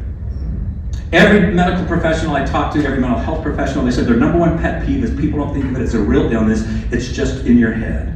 And this first question, when you ask somebody this, you, without saying as much, you're acknowledging, I know this isn't just in your head. There's something physically wrong going on with you, and I want to know what that feels like. Just by this very simple, what does your depression feel like? Second question, what do others do that makes it worse? We have therapists that work with students that won't open up and talk, but they'll answer these 5 questions. What do others do that makes it worse? And here's this venting question. That's so easy to answer. Well, I'll tell you what they do. I'll tell you what you do that makes it worse. But it opens up that conversation. I tell people, just ask these 5 questions and shut up and listen, and you'll get amazing insight. The next question is, all right, well then what do others do that makes it better? And here's this gratitude question. Okay, I acknowledge. All right, when you just sit with me and don't try and fix it, or for some people, you know, their answer is give me space. Others are don't abandon me and give me space. You don't know until you have your own conversations with them. The next question is, what do others do that makes, or what do you do that makes it worse? Which is a recovery question. If you've never been in a recovery program, there is nothing like recovery to help you really understand. I don't think I could ever do our program on what we do. I don't think I ever could have learned how to be so vulnerable without recovery. If you've never been in one, you know, pick up some kind of addiction just so you can. Like if you have too much money, try gambling, you know. But for real, I say it jokingly, but it gave me so much insight into me and taught me how to be one person and not different people for different groups, and to be real and to tell another man, I love you. I didn't grow up in that kind of house. You know, we never said that. We still don't say that. It's all jokes, and you know, the more degenerating the joke is, and the better that you love them. You know, and then the last question we have is what do you do that makes it better? And we talk about recovery and medications and faith and church and God, and some people is getting out of church and the guilt, other people is finding faith and becoming stronger in their faith, and we talk, and we pass these out, and then we demonstrate, the four of us, we answer these questions. We don't do Q&A at the end. I go, we're not up here because we have it figured out. As a matter of fact, listening to us, you can hear, yeah, he's way more screwed up than I am, right? But we'll up here because we'll talk about it and we'll teach you, because there's so many steps to dealing with depression or anxiety or any mental health issues. But the first step is talking about it. If you don't get to that step, none of the other steps ever happen. And so we've been, it's been an amazing journey, and you know, we just got it. We got into the. Oh, thank you. Thank you. We're still waiting for one bar stool, but we can get started. And people always ask me, "Go, where does comedy come from?" And it's like, it's just real life. I grew up. I don't tell a lot of. I tell a lot of stories, and I grew up with my dad telling stories. And my dad has this dark sense of humor, and he has no gate. You know, you all have a gate that filters things from coming out your mouth. His gate's flung wide open. Like one of my brothers has an ex-wife who my dad always referred to as his future ex-wife when they were still dating. And we all knew it wouldn't last. We all knew they would make it. And she was this real pretty petite blonde, but she had a mustache. Now we've all seen a lady with them. You see it, you notice it, but you don't say anything to them because you have a gate. So we were all at a pizza place. We're all having dinner. All my siblings were there with our kids and our spouses, and we started talking about family resemblances. Who looks like my mom? Who looks like my dad? Which brothers look like? And she says, she goes, people always tell me I look just like my father. And my dad goes, I never noticed your father had a mustache. Yeah. I blew my drink out my nose, had to run out of the parking lot to recover. My dad, we had some neighbors ask my dad if he would bury their horse for him. Because my dad and all my brothers, they all run hose for the backhoes, not like the backhoe. I know. It's a whole different meaning here. I understand.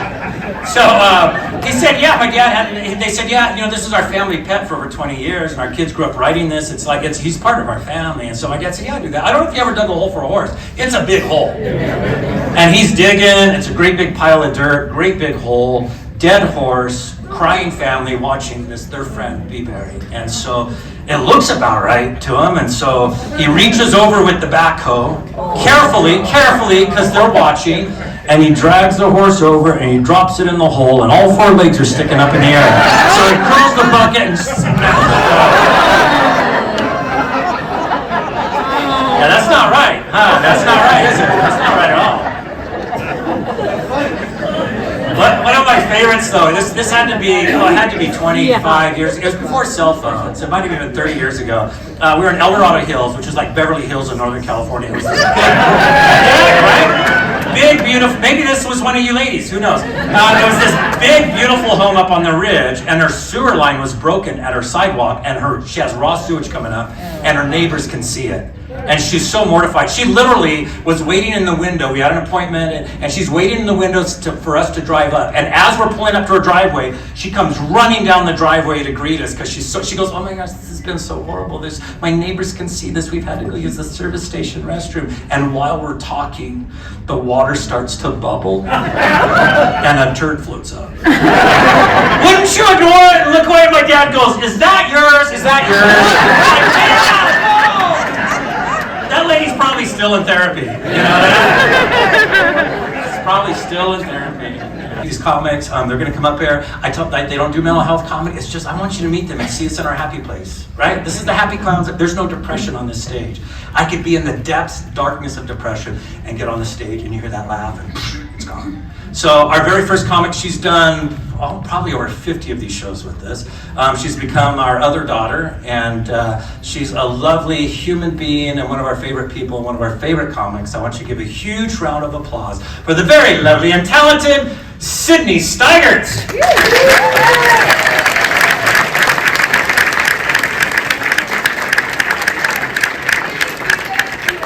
Thank you so much, everybody. It's good to be here. I'm what you guys call a 100-footer, which basically means you can tell how gay I am from 100 feet away.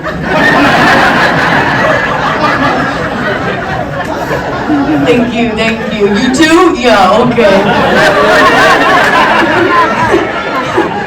Or however far back that is. I don't know. I love that half of us are like, what is that 15-year-old boy doing up there? And I actually prefer to be called JoJo Siwa. Okay, that's... You can't unsee it, I know.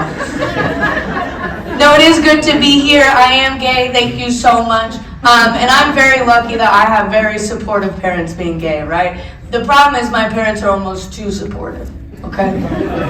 Yeah. My mom is like, "Sydney, I've known you were gay since you were 2 years old." Girl, what gay stuff was I doing? At 2 years old, right? But that's when I realized, guys, if you don't have a gay cousin, you're probably the gay cousin.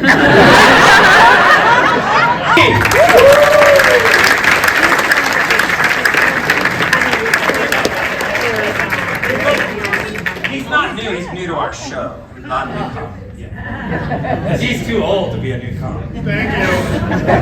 How is everyone doing today? Awesome. I am having a great day, and I got good news today, and I got this big crowd I get to share it with. I'm very excited. Check it out. I signed my deal with HBO today.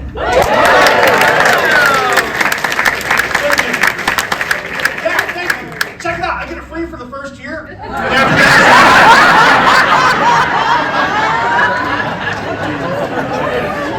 Not a good deal.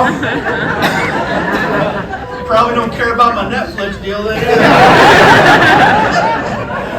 I would say a little bit about myself. I'm what is known as the ultimate comic minority. This is what that means. I'm a single white male. I've never been married. I have no kids, no pets, no plants, no in-laws, no outlaws. I'm not vegan, pagan, Catholic, Jewish, Hindu, Muslim, or other. I don't do drugs, never been to rehab, never been to jail, never been touched by an uncle. I don't talk about pot or politics, so if you're from California, sorry. And I don't juggle, do magic, or play with puppets. That's my show. I don't have anything to talk about.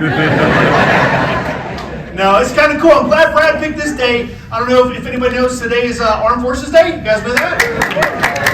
Today is Armed Forces Day, and I need to check. Round of applause. Do we have any prior military in here? Round of applause means clap.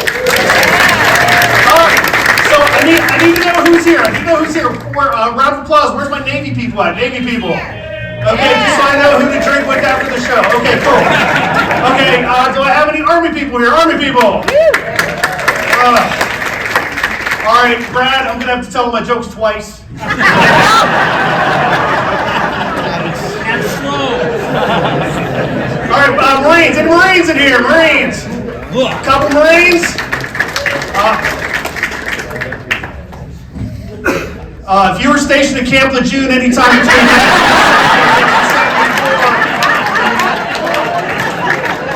I did not get these jokes. Did I forget anybody? I said military.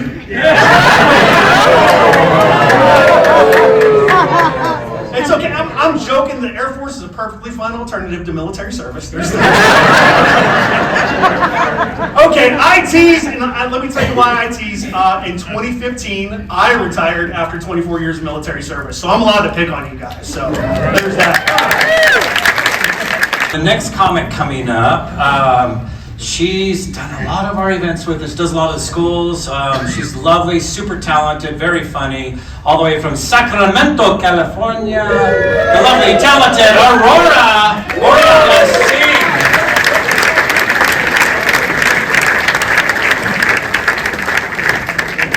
Thanks, Brad.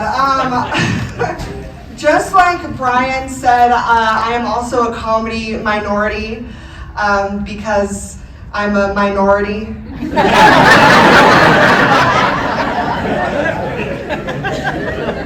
Cool. I actually went to school out here at UNR. You guys have I'm an alum. I walked, my freshman year at UNR, I walked onto the basketball team, which is wild. I literally did. I like walked, because I played basketball my whole life. Like when you walk out of your mom at birth this size, they're like, let her play basketball, right? So I came out of my mom dribbling, like, what's up, bro? So I walked on the team, and I was on the team for a year. I didn't play 1 second, and I walked right off. So, but my name is Aurora Singh. I am a big biracial brown. Thank you so much. Thank you. I did it. My mom is actually from Haiti, fresh off the boat. And my dad is from India, fresh off the cow. So, yeah, it's a very unique mix. It's very different. You know, it's actually the best of both third worlds. Hopefully all of you got a copy of those. If not, grab some on the table on the way out. And let's give a big round of applause once again. Oh, they're doing pictures. Hold on, they're doing pictures. Following for my good friend, Sydney. Grab microphone, grab a mic as you come up. Sydney Steiger, it's Brian Lee, and Aurora Singh. You're right here, Sydney. Uh-oh. We got a mic malfunction. You might go. Oh, there it is. All right. There we go. Awesome. All right, so like I said, the number one pet peeve of everybody I talked to was people don't think of mental health as a real illness. And so this first question is, what does your depression feel like? Not your emotions feeling physically. Like, I can feel mine coming on like a cold a lot of times. You know how sometimes you'll feel a cold come on for a few days and think, oh, wow, I'm going to wake up tomorrow and be sick. There's times I'll tell my wife, I think tomorrow is going to be a bad day. And it hurts from, it almost feels like indigestion, but it hurts from my throat down to my sternum, all through my sternum. It feels like somebody took my chest out and sprinkled a little acid on it. My head feels foggy, and I feel pressure on my forehead when my depression's real bad. Not a headache, but I can feel it on my forehead, and I really get a fog, like I'm kind of detached from it, but it hurts. It just physically hurts. I have sometimes where it pierces. It almost feels like I've never had one of the when they give you the heart, because your heart stops. What's it called? AED. There you go. A defibrillator. It feels like, it literally feels like a shock, like it'll jolt me sometimes when I get it. But that's what. Thank you, Brian. What about you? What do others do that makes it worse? What do others do that? I had noticed, again, I had hid it so long, so like I never understood, how to let it out. But then when people realize, that you're suffering from PTSD and anxiety and all those things, then they become the dime store psychologist. Right. That's, I think, is the worst. It's like, where it's real simple. It's like, well, just get over it. Yeah. What do you have to be depressed about? Yeah, and then it's like, oh yeah, just go to the gym, go work out, you'll feel better. Or then you get the other side. No, come on, let's go drink. Let's go do. It's like, no, it's like, no, I don't want to people. You don't understand. I don't want to be around here. And then and then there's the other folks who are just it's like you said, making it about them. What can I, oh, I know you got this, but I totally understand what you're going through because I'm going through this. It's, it's not what about. And it's hard because they mean well. That's good intentions. Yeah, it's, but it's, I get, I understand you are, but I got my own stuff to deal with. I can't fix mine and fix you and, just keep going with, with all of this at one time. So, Just trying to stay alive today. But I think for me too, it's like when they don't treat it like a real thing. Yeah. When Like they- if I had a cold, you wouldn't try and talk me out of it. Go for a walk, you're Right. sick, you need fresh air. Oh yeah, you have a really bad cold. Have you thought of doing a gratitude journal? You don't journal. Right. You should journal this, and maybe your cold will go away. You know what? I don't know why I had to do it in a Valley Girl voice, Make but. bread. Honestly, make bread. It's so therapeutic. But yeah, that was hard. It was that worthiness and the guilt, and I always it's interesting. So, I found a suicide note from. I said that out loud. I gotta stop doing that. Especially when I'm in Utah. I always love when you do that because I'm like, I wonder what religion. But it's not unique. It's in so many faiths from everything that do that. It's a resting Mormon face.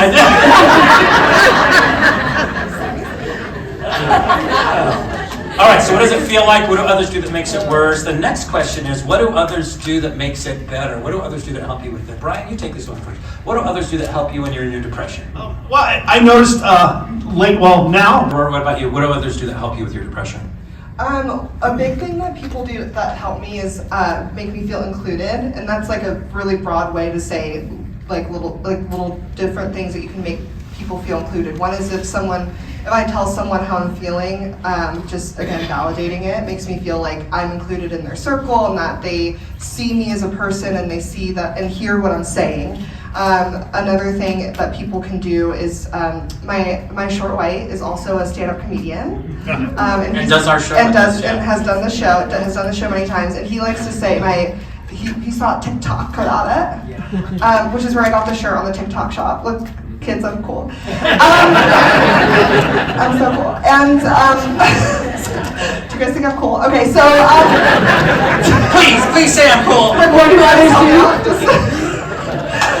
But he saw a TikTok that said when someone's depressed or like feeling something, you can ask him 3 questions, and this is something that we've incorporated into our marriage that really helps because he also struggles with depression and anxiety, and it's asking what do you need right now? Do you need space? Do you need a distraction? Or what was the third one? Do you want to talk about it? Space? Do you want space? Do you want a distraction, or do you want to talk about it? And when I express something, a moment to Drew, my husband, like I'm having a bad day, he'll ask me those 3 questions, and it's so helpful because then it helps me as a person decide what I need in that moment and then communicate that to someone. And it doesn't have to be a conversation, and it doesn't have to be in depth. The hangover was better than Right. truly. Depression. Yeah. Brian, what about you? What do you do that makes it worse? For me, it's probably like there's 2 things. Like I've said it a couple times here when being undiagnosed in the military, and I started doing comedy when I was in the military, and then in hindsight I realized that the days I was performing were the days I felt good. Those were my I have nothing else to worry about, and then that's fine. And now that I'm retired and I'm doing comedy more, and when it hits me, like I get mad because I'm like I get in my funk. I don't want to write. I don't want to perform. It's like, oh yeah, I'll do that show. No, I don't want to do that show. And then you kind of cut. You just. I stop myself Sabotage yourself. Exactly from doing what always made me feel better. And then the other thing I noticed I did was whenever I was in a really bad funk and I would think, okay, this is what's really getting me down right now. Oh wait, let me sit here and think about it for a second. Oh wait, that's even worse. Let me think about that for a little bit. There was like nothing. It would just roll just down. It's like everything. It's like every bad thing that would come up or that I could think of would come after. That was. So it was. When you physically or you mentally feel like, oh, I can get out of this. I can dig myself out right now. Oh no, not yet. I'm gonna go. Let me wallow in this for a little bit longer. All right, what do I do that makes my depression worse? There's a common thing that we beat ourselves up. Yeah. And it's weird. It's comfortable though. It seems messed, but it's almost like this old friend that you've known forever that are just horrible to you, but you've known each other for so long, and sometimes you just wallow. And I listen to the voices from the time I was a kid that say you're worthless, you're no good. The sooner you're gone, the better this world is. And people talk about suicide being a selfish act, but when the times when I've tried and the times when I've been there, I believe with every fiber that the sooner I'm gone, the better the world is. Yeah. It's a lie, but in that moment, it's the truest thing you know, and it's everything you can do to not be there. But I'll listen to that. It's like you talked about Brian. It's just like, and you start remembering all these bad things, everybody you've ever hurt, everyone, and it's like this. The longer I'm here, the more people I'm going to hurt, the more people are going to be damaged, and the sooner I'm gone, I'm gonna do this for the good of humanity. As stupid as that sounds, and so, but what I do that makes it worse is that. That's the number one thing. The other thing I do is when I talk what others do that makes it worse, what others do that makes it better, what do you do that makes it worse? The last question is, what do you do that makes it better? And what helps you with your depression? Aurora, you take this first. What do you do that helps you with your depression? Have you done meds? Yeah, so therapy? Let's start with the therapy and the meds. Yeah. Because I've done both. I just recently ghosted my therapist and they did not check in on me, which is very concerning. Why'd you ghost her though? Because she was a bad therapist. She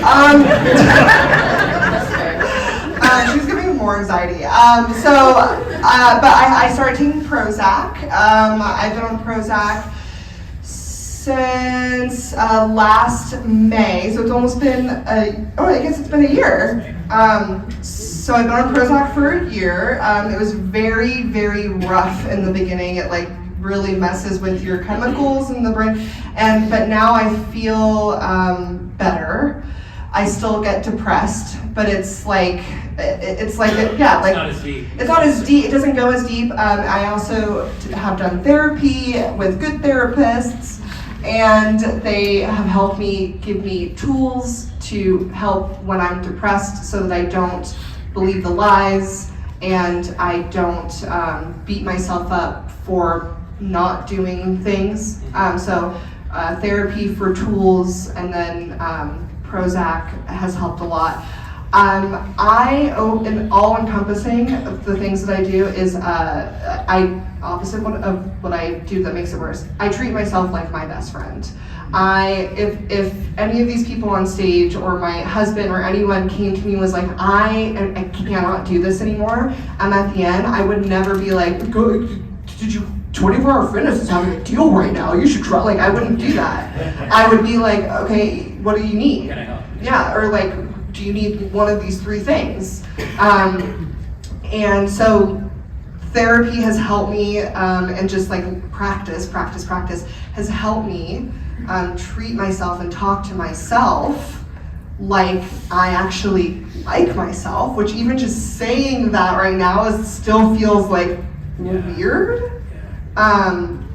So I'm not perfect, I'm still learning, but to love myself and know that the feelings are okay because it's just a part of who I am, but to give myself the grace to feel those feelings and make sure I rely on the tools that I have, which may be self-care, face masks, sleeping, going for a walk, whatever it is I need, or asking for help and being okay with asking for help. Brian, what about you? What do you do that helps you with One part of the House of Friendship also includes a silent auction. Different area assistant governors provide baskets so that they can be auctioned off here for, I don't even know where the proceeds go, but they auction them off and there's things that you can get. So let's take a look at what the baskets have this year. You see here Area 10 has a nice assortment from Arizona, I guess. Very nice. Looks like something you take to a ball game. Area 13, a couple of nice baskets here with a mastodon. That's kind of interesting. Area 8 knows how to party. Just wine and glasses. Keep it simple. That's nice. Area 5, it's got some bougie things. I have no idea what's in there, but it looks kind of nice. Someone will buy that for sure. Area 9, they look like they're looking to party and drink and play Monopoly, which if you've ever played Monopoly, you know that will take several days. Area 4, nice big basket there. Looks like some coffee, some other assorted spices. Now Area 6, they upped the game with partying, because look at that, you get a full wine rack, glasses, and what looks like to be at least 17 bottles of wine. That's really nice. Area 12 has a nice assortment here of what looks like some sustainable alpha alfalfa? I don't know. This is growing something. I have no idea what it is. Here's area 2, another nice little basket. Area 3 has got a squirrel. You know, even a blind squirrel can find a nut every now and again. And what looks like here, a bottle of champagne and 4 bottles of wine. Area, what was 8, I guess, now is 2. Rotary Club of Lincoln put together a very nice package with some craft beer, a bottle of wine, and some very nice books and cards. Very nice. Area 5, standard basket. Looks like some olives and some wine. Same with Area 8 here. Oh, but it also looks like there's 2 tickets to the Reno Philharmonic. Very nice. Haven't heard them, but I'm assuming they're nice. Area 1 at 5190. Oh, look at that. There's a Susanville game. That's a must-have. Someone will buy that. Clarksville, 5180. Looks like they also decided to go the boozy route and provide some bottles of wine. And this very nice grapevine that you would put in your vineyard, I guess, which is kind of nice. Here's another one from Area 5150, Area 7. Looks like they've got some, again, some boozy things in there. Looks kind of nice. Looks like they've got some Baileys, a little bit of Chardonnay. Very nice. What do we have here? Oh, we have some Pacific Rails. Wait a second. This looks suspiciously like the Rotary Club of Roseville. Looking like they provided some corn nuts, some Sasquatch coffee. That Pacific Rails bourbon is extraordinarily good. That should fetch a good price. Oh, look, and here we go. Here we have Area 1, 5180. Orville supplying a very nice floral hanging display and some wine and some wine glasses. And there's also some hand and body wash. That would also be kind of handy to have. That will go relatively quickly. Area 5150, San Francisco, standard box here. Looks like something that you might bid on. Moving over to, oh my goodness, this must be Area 3, 5180 Folsom, because this is a bottle of Symmetry wine. This is highly sought after wine. Symmetry, small business there in Folsom that's going worldwide. I am a client. Very nice, very wonderful business. Looks like we also have some sake and some soy sauce here. So very eclectic package here from Area 3 and 5180. Area 5150, there's a pool party package, kind of cute. 5180 Area 4, looks like we have some more vodka in there, some other Ghirardelli things from that gift basket. Area 5150, they got some a 49ers glass. Looks like some Cabernet Sauvignon, some nice gourmet butter, toffee, corn. That looks delicious. I might want to bid on that one. 5150, we got an I Heart San Francisco bear. It's kind of cute. Area 1, 5150, looks like they've got a nice package here of wine, napkins, and openers and all sorts of stuff. Same with Area, well, I don't know, Area Wine and Cheese, I guess. Area Wine and Cheese. I don't know what area that is, but that looks kind of interesting. This looks very interesting from Area 8 to 5150. Looks like they've got sort of a golfing bag going on here. That looks kind of nice. Got some balls there, some silver distilled tequila. Very nice. 5150 Area 4, looks like you get a crate to take home, a bunch of cheese and jams and all sorts of yummy stuff. That looks really good. Area 2, 5150 has a trunk organizer. Wow, that might be really nice. You got some golf balls, there's a couple bottles of wine, and a trunk organizer. I like that a lot. And lastly, Area 3 from 5150 gives you a taste of California. Your standard fare, some wine, some cheese from Sonoma, some truffles.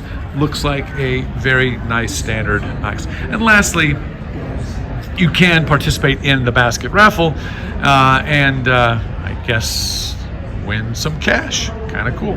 So that is your... Yeah, get up, honey, get out of the way. You're in the way.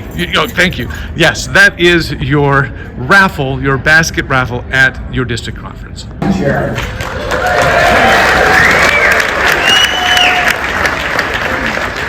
District Governor 5190 Stacey Graham, the CEO and President of the Master Technician.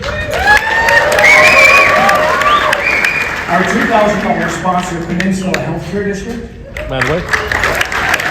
Our 1,000 sponsors, Visit, Kaiser Permanente, Overhead Door, Republic Services, Sequoia Healthcare District, and Sierra Pacific Industries.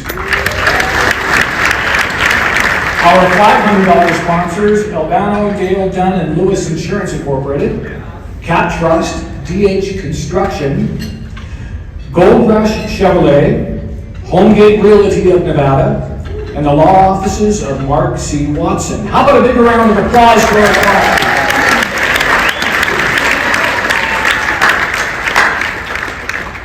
Hey, please help me welcome to the stage from the Rotary Club of Bishop Sunrise, 5190 immediate past District Governor Jeff Gabriel, who will introduce this year's Rotary Youth Exchange students.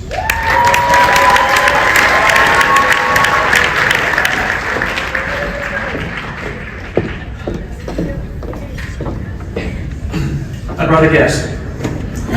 So I have Janine Sparks, who is the district chair for the Rotary Youth Exchange and District 5180. So we're going to tag team this. So, Thank you, Jeff.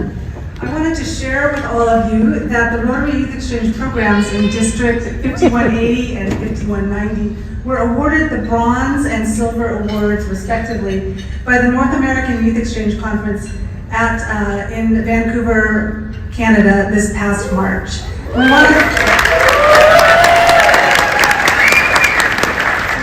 thank District Governor Sidney Smith and District Governor Stacey Graham for your support. And we also want to thank the hardworking people on the Rotary Youth Exchange committees of both of our districts.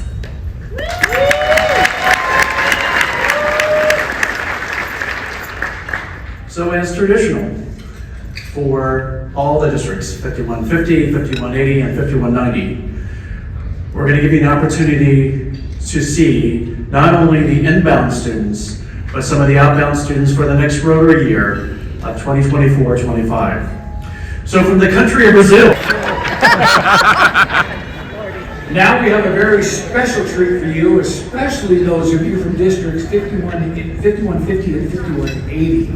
It is my pleasure to introduce the District 5190 Music Contest Chair from Rotary Club of Reno Centennial Sunset, Chip Lindlock.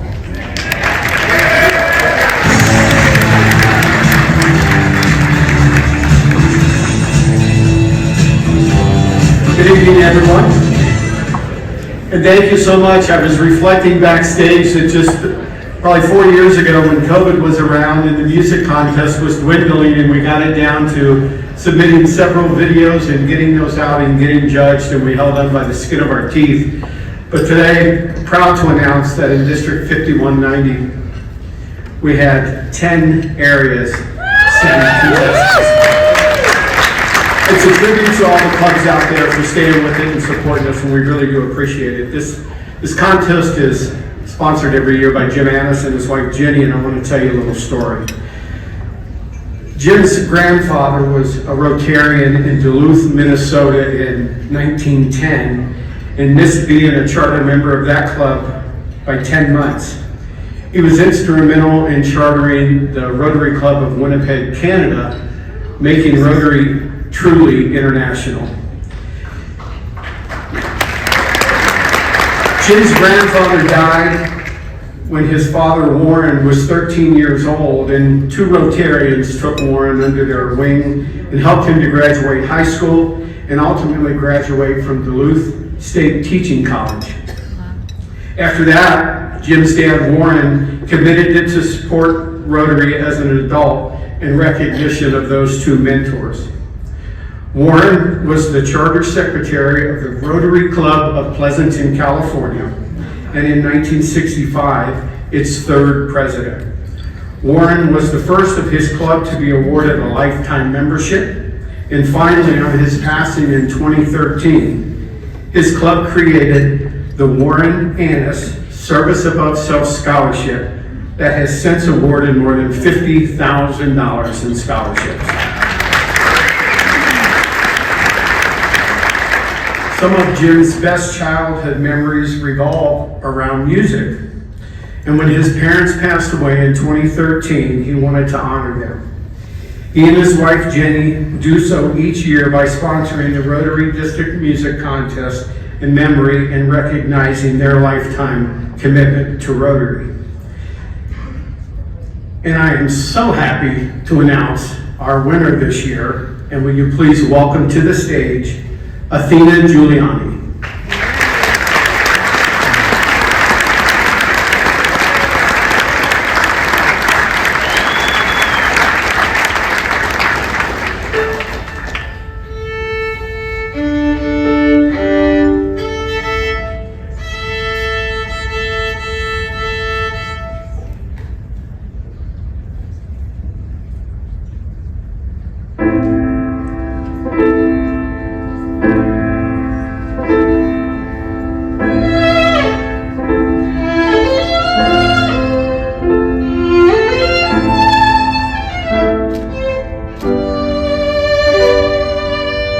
Again for that first place music contest winner. Holy smokes. I had the pleasure of listening to that at the contest, and I came up to her afterwards because I played violin since I was in the 3rd grade. Was playing duets with my instructor in the 6th grade, and I took 2nd state when I was a junior in high school. And I told her that I played my share of Volti concertos, but nothing came out of my instrument that has just come out of yours. That just absolutely blew my mind. So anyway, it was incredible. Wanted to thank the 10 districts that sponsored these young men and women to compete in a music contest. I'm hoping next year we get 13 because music changes lives, and I can say personally that it has enhanced my life from a business perspective, because if you can play an instrument in front of an audience, you can do anything. I mean, you can absolutely do anything. It helped me overcome my fear of stage fright. I'd get up there with my violin and my poor arm would be shaking so hard, and I realized, oh God, what do I do? Okay, memorize the music. I wear glasses, so just take those things off. They can't see me, I can't see them, and away we go. So, we'll go ahead and move on here. We'd now like to honor all of our current district leaders with the Leadership Parade. Leading the parade this year is Rotary International President Gordon McInally, followed by your club presidents, the assistant/area governors, and the district governors.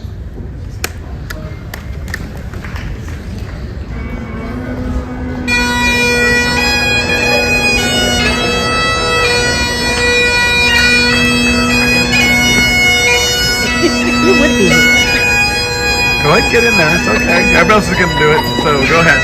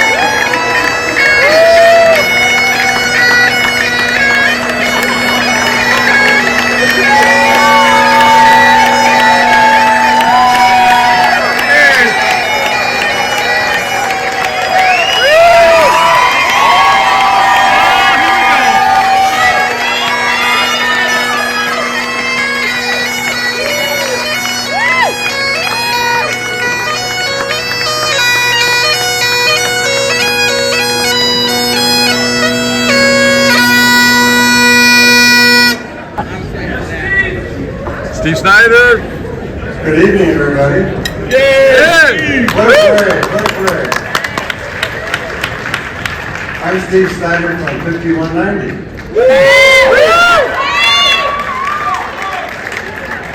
Let me talk a little bit about our president, Gordon McInally. Gordon McInally earned his degree in dental surgery, and at the age of 26, in 1984, Gordon joined Rotary.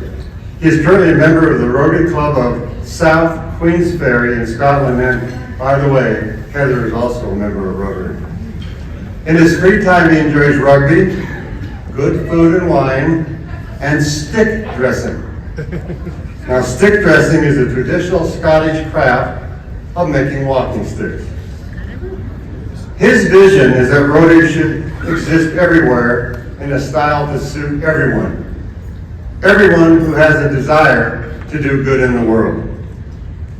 And as you know, Gordon's theme is create hope in the world, but do it by aggressively waging peace. If you think about it, in the world we live in today, there's climate change, flooding, hurricanes, fires, wars, drugs, assassinations, corruption, poverty, and indeed, mental health needs. What else can go wrong? Where should Rotary begin? This is what Gordon has said. Building peace is the essence of Rotary. It's not about stopping wars. It's about stopping wars from starting. He also said there's a lot of people struggling with poor mental health. He said this could be our next pandemic. Gordon also said, I am asking Rotary members to become champions to illuminate mental health issues. This includes helping one another feel more supported, advocating for mental health services, and then building bridges with experts in the field to expand access to treatment. Then he says, let all of us pledge that we can create hope in the world. But let me digress just one moment. Before Gordon became president of Rotary International, he has a wonderful personality. He was knowledgeable, and of course he had a kind heart. But today, Gordon is the same person as he was before he became president, a rare treat in this world. So now, it's my pleasure to introduce to you the president of Rotary International, my friend, Gordon McInally.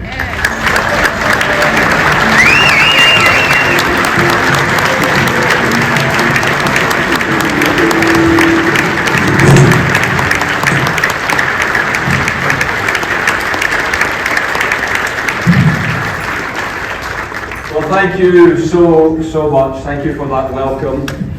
Thank you, Steve, for that introduction. Steve's a good friend. Not of mine, but I'm sure he's a good friend of someone. And you're very lucky to have him in this, joking apart, very lucky to have him in this particular part of the world. It's been an absolute thrill and an absolute delight for Heather and I to share in this very special district conference over the course of the last few days. As many of you know, I am a great believer in and a great advocate for collaborative working and working together.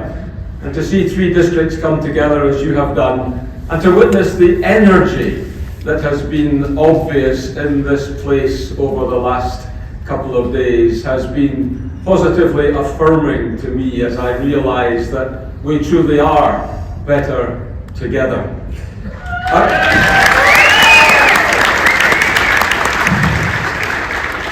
I want to pay particular tribute to 2, in fact 3 past presidents of Rotary International, 2 of whom came from this area and a 3rd one who left this life in this area.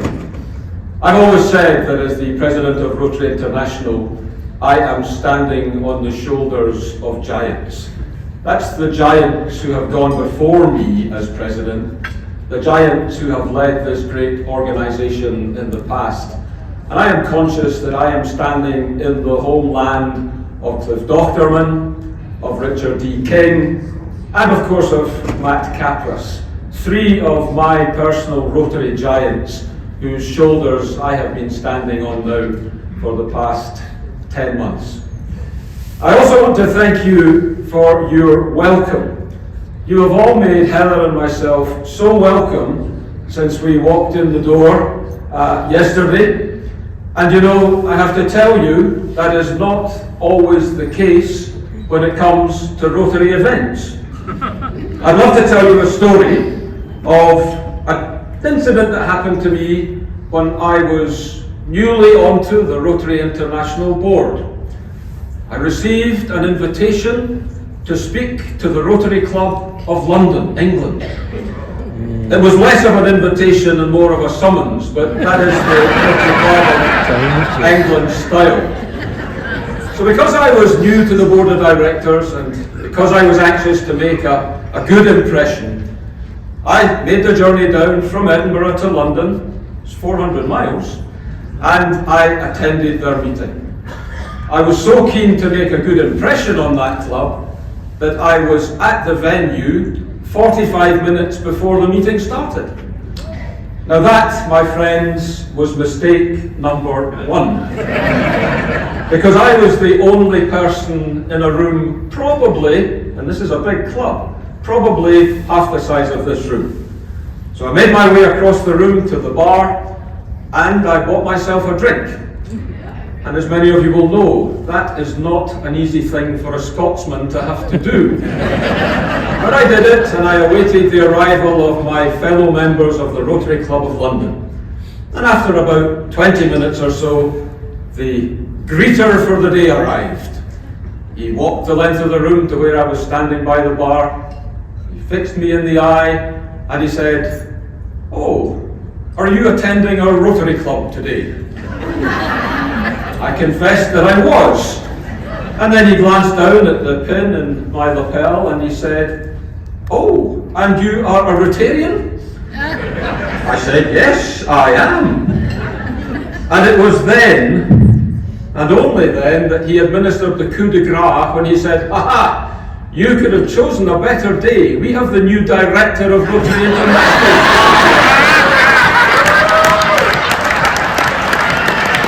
So believe me, the welcome you have extended, Heather and myself, is 1,000 times better than that.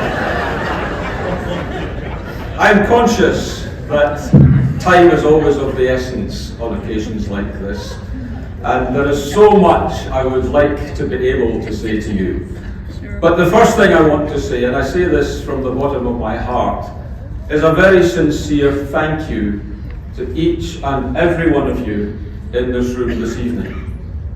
I'm very conscious that the work of Rotary is not done by the President sitting in his office on the 18th floor of one Rotary Centre in Evanston, but the work of Rotary is done by each and every member in each and every club that encircles the world.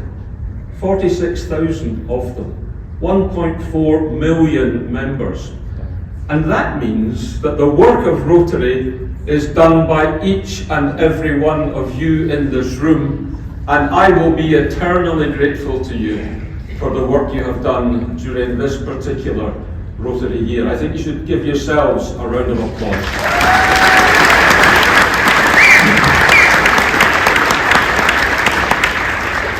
I'm very conscious, and I have said this before, I'm very conscious that these two simple words, thank you, do not always come from those we serve, often for the very best of reasons.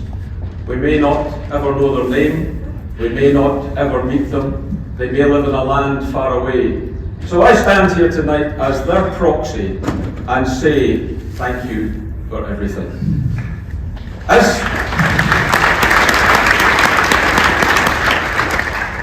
As you all know, and if you don't by this stage in the Rotary year, we have been asked this year to create hope in the world.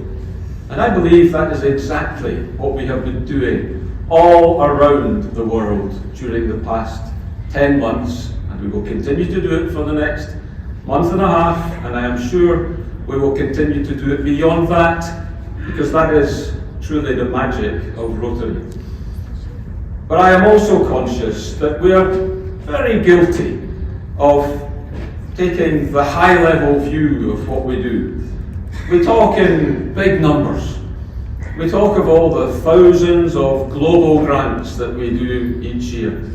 We talk of the 500,000 million target that we have to fundraise for the Rotary Foundation this year.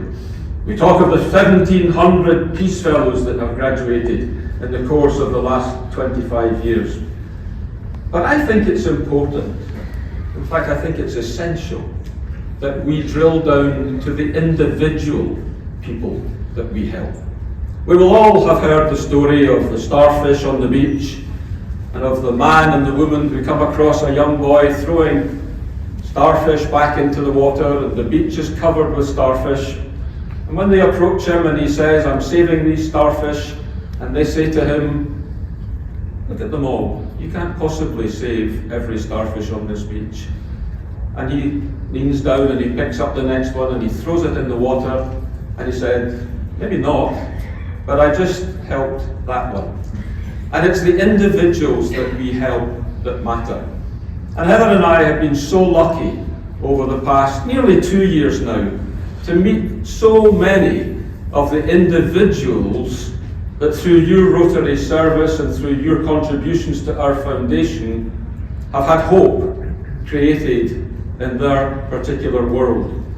And this evening I'd like to just introduce you to a few of these individual people for whom Rotary has been there and for whom Rotary has served. And the first individual I'd like to introduce you to is a 14-year-old girl in Mongolia called Miga. Miga studies at school number 37 in Ulaanbaatar. And we met Miga last October when we visited Mongolia. We went to her school and we were taken into a library that had been provided by Rotary, a library that was allowing Miga to learn English, because all Miga wanted to do was ultimately become an English teacher. She was reading the novels of Harry Potter, written of course by J.K. Rowling, who lives in our home city of Edinburgh. And she was so excited to practice her English on us, to speak in English to us. And so for Miga, in that school in Ulaanbaatar, so far away from here, hope was being created. Hope was being created thanks to the fact that you are part of this wonderful organisation called Rotary. The second individual I would like to introduce you to this evening is a girl called Pinky. Pinky is 8 years of age, and Pinky lives in Chandigarh in northern India. We had the opportunity to visit Chandigarh after the International Assembly in January, which was held in Orlando. We met Pinky in the school where she was being educated thanks to Rotary. Pinky stood up before her classmates and in front of us and said this: "Education is the key to the golden door of a more hopeful future." Now just think of those words. Education is the key to the golden door of a more hopeful future. What a profound statement that is for anybody to make. But an 8-year-old saying that, an 8-year-old who realised that the education she was receiving was her key to the golden door of a more hopeful future. And that key was being provided by you. It was being provided by Rotary. And so for Pinky, there was hope. Hope was being created in her life. The next person I would like to introduce you to comes from Malawi. She comes from Lilongwe, Malawi, and her name is Precious. She's only 9 months old. But when Heather and I were in Malawi, we attended a Rotary Family Health Day. And as part of that Rotary Family Health Day, we had the opportunity to vaccinate children against polio. I had the opportunity to vaccinate Precious. And in my mind's eye, I can still see those 2 drops of polio vaccine leaving the bottle and landing on her tongue, and thinking she was going to be saved from that terrible disease. But more importantly, I can see the look of sheer gratitude in her mother's eyes when she realised that thanks to Rotary, thanks to each and every one of you, her little Precious, her precious Precious, would not run the risk of contracting polio. For her, hope was being created. For her, her world was going to change. The next individual I would like to introduce you to is Kevin.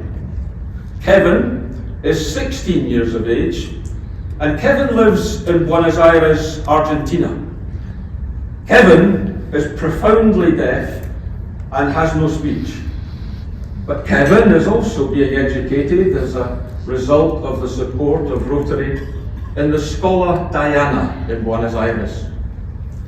When we met Kevin, when we were in Argentina in November, through his interpreter, he was proud to tell us that he would be graduating from school this year, and that he hoped to be able to go on to college to study as a motor mechanic. Then he hoped to be able to make a living, possibly have a family, and create hope for himself. His teachers told us that there was every likelihood that career path would open up for Kevin. He was more than likely to graduate right about now, maybe in the next month or so, and that there would be availability in a college for a student like him to go and study to be a motor mechanic. And so for Kevin, hope was being created in his world, thanks to the people in this room and thanks to the other members of Rotary around the world, because Kevin's education was being sponsored by Rotary. Now, the final person I would like to introduce you to this evening is called Anna. And Anna lives in the Philippines. Anna was born with a congenital heart defect, a hole in her heart. The sort of heart defect that in this country and in our country we would think nothing about, because it would be treated instantly and cured and the child would go on to live a normal life. But Anna's parents were so poor that they could not conceive of a way to finance the operation that would save their little girl's life. I was lucky enough to be present in the De Los Santos Hospital in Quezon City, Manila, when little Anna was having her operation. I'd been visiting the unit where they do these sort of operations. I'd visited the ward where some patients had been recovering from previous days' surgeries. I'd met their parents who were so grateful to Rotary for everything that they had done. And then I was asked if I would like to go into the operating room to watch little Anna, 4-year-old Anna's procedure. Now, as many of you know, I am a dental surgeon, an oral surgeon, and I'm no stranger to the operating room. And so I said yes, and I walked into the operating room, and I stood next to a young pediatric cardiac surgeon. And as I marveled at the way she was performing that operation, I felt my cell phone vibrate in my pocket. Fortunately, it was on silent. When I left the operating room and little Anna was safely through to the recovery room, I took out my telephone to find a WhatsApp message. A WhatsApp message from back home in Scotland. When I opened up the message, I saw a photograph of my then 4-year-old granddaughter, Ivy, with a beaming smile on her face, resplendent in her new school uniform. Because at the very moment I was witnessing Anna's operation in Manila, Ivy was setting off for her first ever day at elementary school. As I stood there and blinked back the tears in my eyes, I realized that thanks to Rotary, thanks to people like yourself, Anna would ultimately have the chance to go to school. Anna would be able to live a normal and a happy and achieving life. Anna was having hope created in her particular world. There are a great many Annas, a great many Migas, a great many Preciouses, a great many Pinkies, and a great many Kevins in this world.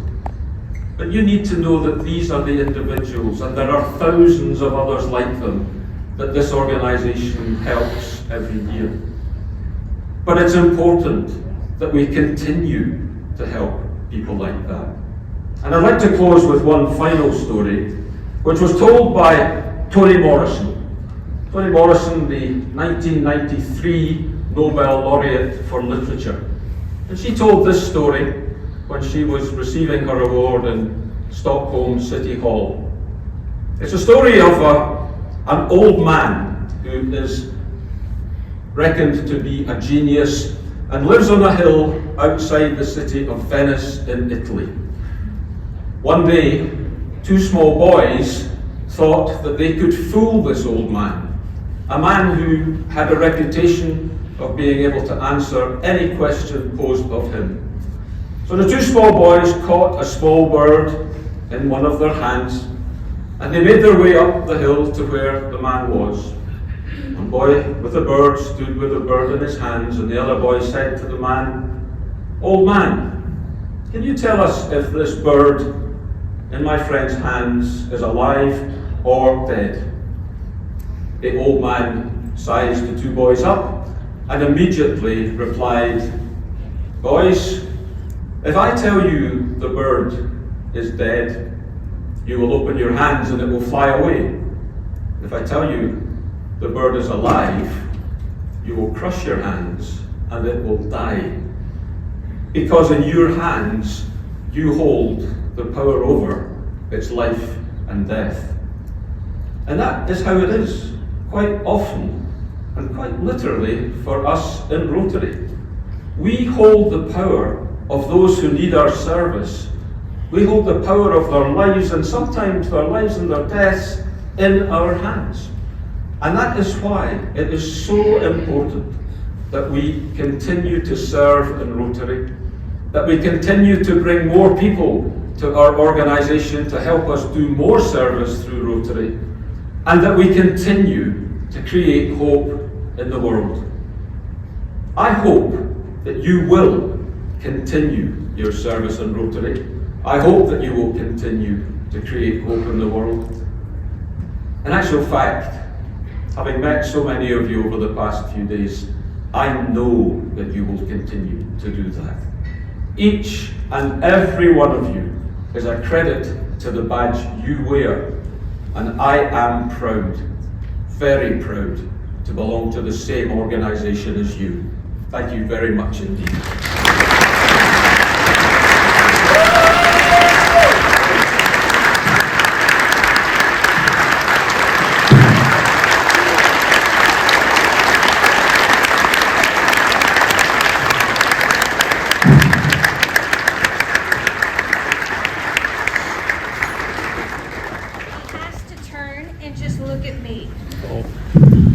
Is it live? Yes. There you go.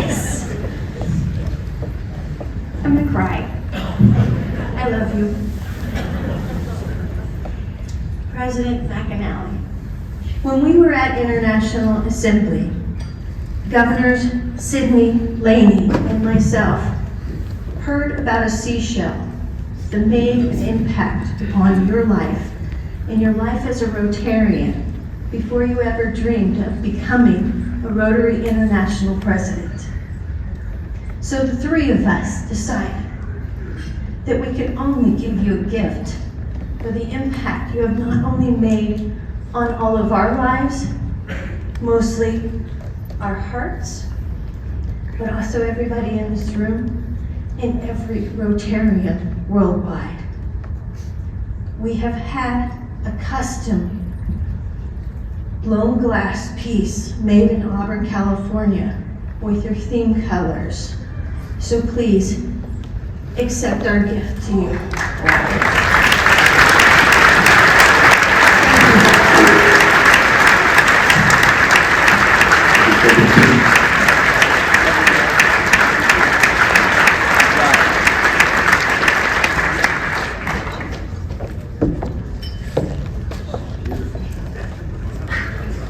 It is the only one in the world.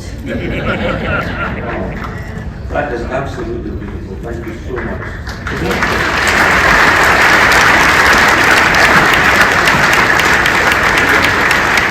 We will be mailing that back to your home. That's a good idea. Yeah. Because we don't want to put it in a suitcase to go to Singapore. So ladies and gentlemen, please rise and give a round of applause to the most inspirational man.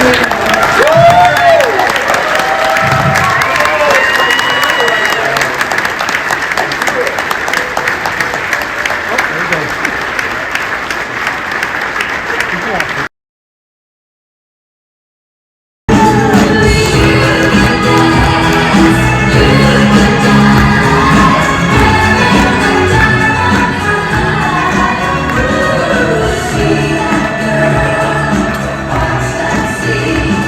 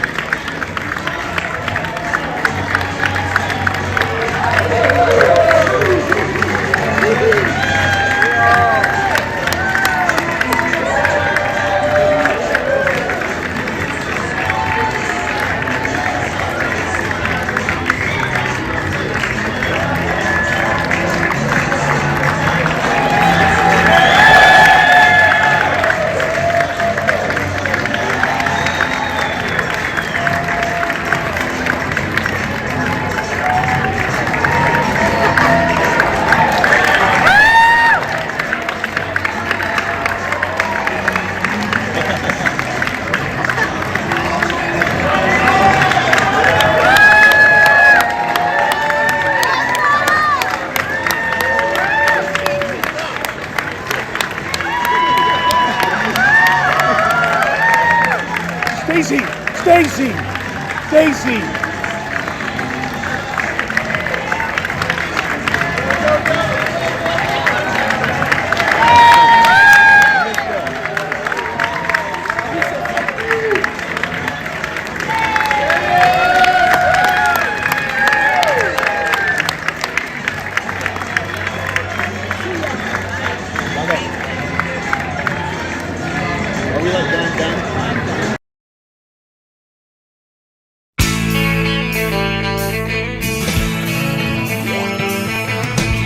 No one told you life was gonna be this way. Your job's a joke, you broke, your love life's the old way. It's like you're always stuck in second gear. When it hasn't been your day, your week, your month, or even your year. But I'll be there for you when the rain starts to pour. I'll be there for you like I've been there before. I'll be there for you 'cause you're there for me too.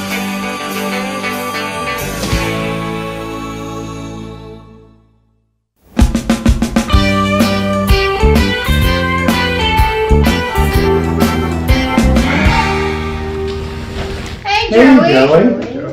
Hey, guys. What's going on? Yeah, bud, you seem depressed. No, it's not that. Well, then what is it? I don't know. It's, like we can get tired all the time, but like all the time. Joey, that's depression. No, it's not that. Oh, I know. We should play a game. That'll cheer you up. Yeah, we can go play foosball, and I'll let you win. I always win when we play, Chandler. No. Oh, yeah, you're right. Come on, Joey. There's got to be something going on. I don't know. Just since I was killed off of the soap opera as Dr. Drake Ramore, and as Angela and I broke up, I just feel kind of sad. Okay. Leave me alone.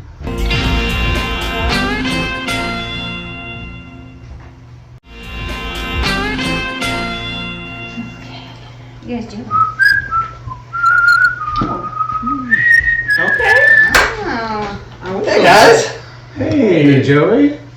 How you doing? I'm doing fine. Why, did something happen while I was gone? Well, yeah, you left without finishing your coffee. Phoebe, well, he did. Hey, Joey, we were just wondering why you ran out like that, man. What's up?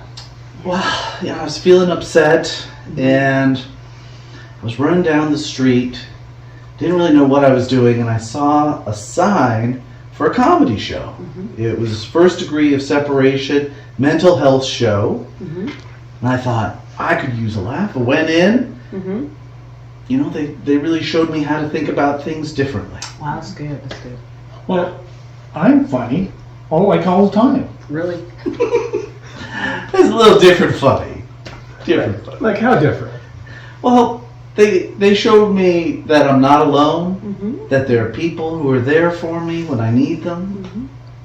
Like, who are these people? Phoebe, you Wow. silly girl. That's us. Oh, right. Yes, of course. You guys are the best, and I'm lucky to have you.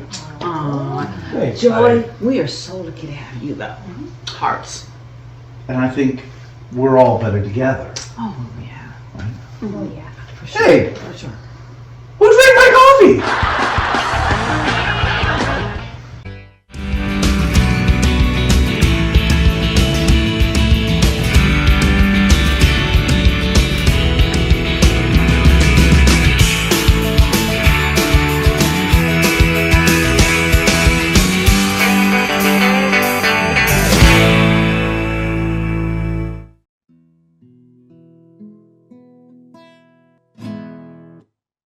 Smelly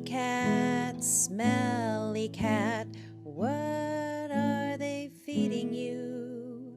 Smelly cat, it's not your fault. They won't take you to the vet. You're obviously not their favorite pet. You may not be a bed of roses. You're no friend to those with noses. Everybody! Smelly cat, what are they feeding you? Smelly cat,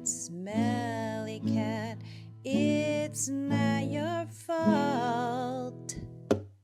Now, how about a remix?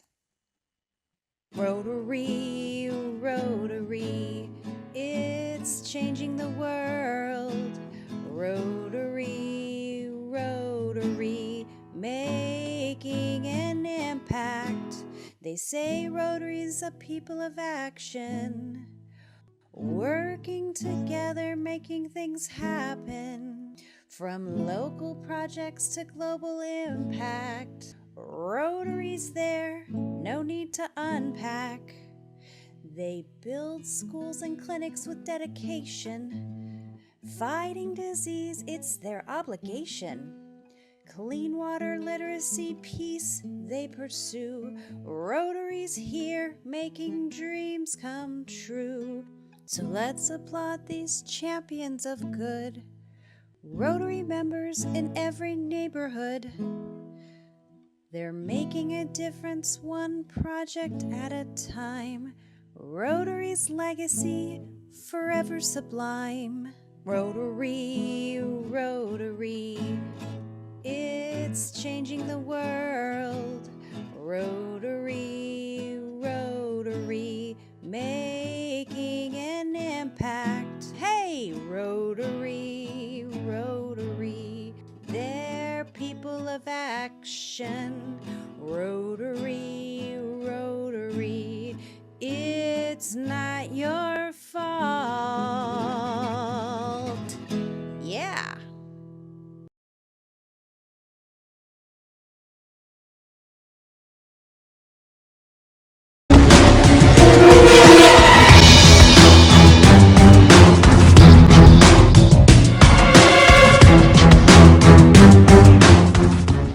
Our first shark is District 5150 Governor Lainey Hendricks from the Rotary Club of San Francisco.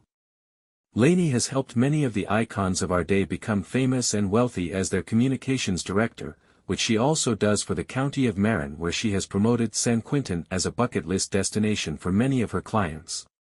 She has fully embraced the idiom, if it's on the internet, it has to be true. And it has made her a shark. Our next shark is sitting in for District 5180 Governor Sidney Smith, who is out with laryngitis. Attorney William Wild Bill Bowen, a Rotarian from the Rotary Club of Passport One, has dubbed himself the King of Employment Law, helping today's biggest CEOs to their biggest paydays. It's all about shareholder value, and that has made him a shark. Our last shark is District 5190 Governor Stacey Graham from the Rotary Club of Auburn Gold Country. Stacey began collecting old cars at the age of 5. Needing a place to store and repair them, she acquired the Master Technician's Auto Repair Shop as a single location and has grown it into a worldwide phenomenon. Today, her focus is on debunking the myth that electric cars are good for the environment. And that makes her a shark. Our first contestant is Ray Ward from the Loomis Lions Club, whose mission is to bring pancakes to the masses. Hello, Sharks. I'm Ray Ward from the Loomis Lions Club. I'm sorry, Ray. I'm out. Yeah, I'm also out. Out! Lions Club. That's ridiculous.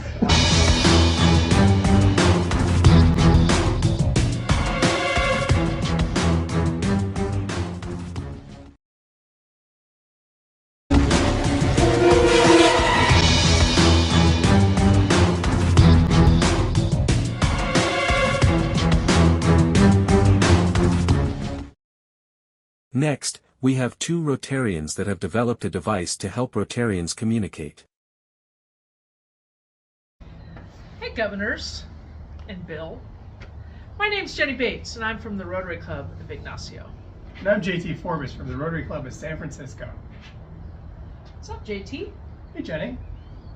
Hey, I heard you were at Ryla talking about E-Ray with the PDGs and DGEs. Did you mention you were a PE, you joined PHS because you love TRF? I sure didn't. I was too distracted by my DGs talking about the RIP at the upcoming PATS. But I'll be sure to tell my PEs and PNs about that after I talk to them about DDF, LOL. LOL. Hey, you two. I overheard your conversation, but I didn't understand anything you were saying. Hey, random person that I don't have any connection to, listening to a conversation you shouldn't be listening to. Yeah, that was weird. Anyway, we were talking about Rotary. Governors, don't you hate it when you're listening to other people's Rotary conversations and you can't follow along? That's why we created the Rotranslator. The Rotranslator, it's a device you carry and use when you talk to a Rotarian.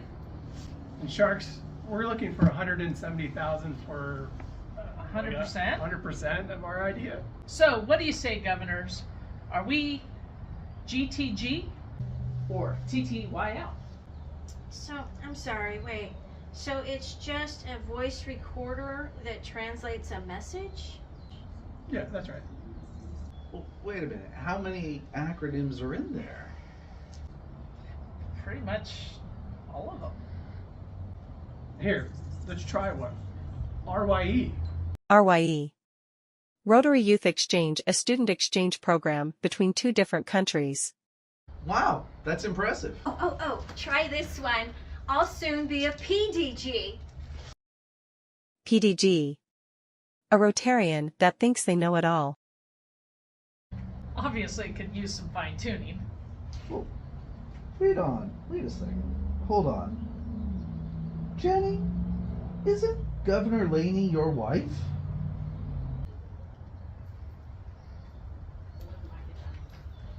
This certainly feels like a conflict of interest. I'm sorry, I'm out. I like what you guys are doing.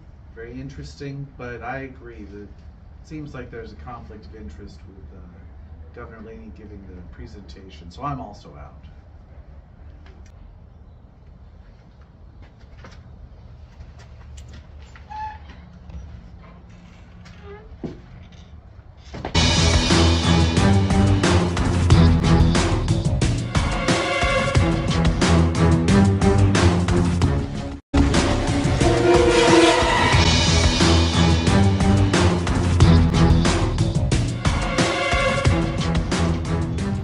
Next in the tank is a Rotarian who is looking to create hope in the world.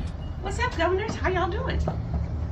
I am Jordan McInally, and I belong to a Rotary Club in Scotland. Shout out to Scotland, right? I joined Rotary so I could bring hope in the world. I joined Rotary because I wanted to live a long life fulfilling and purposeful, so I thought Rotary was a good place for that. I've been able to work with communities inside my community, and then I've traveled to work in places outside of my community.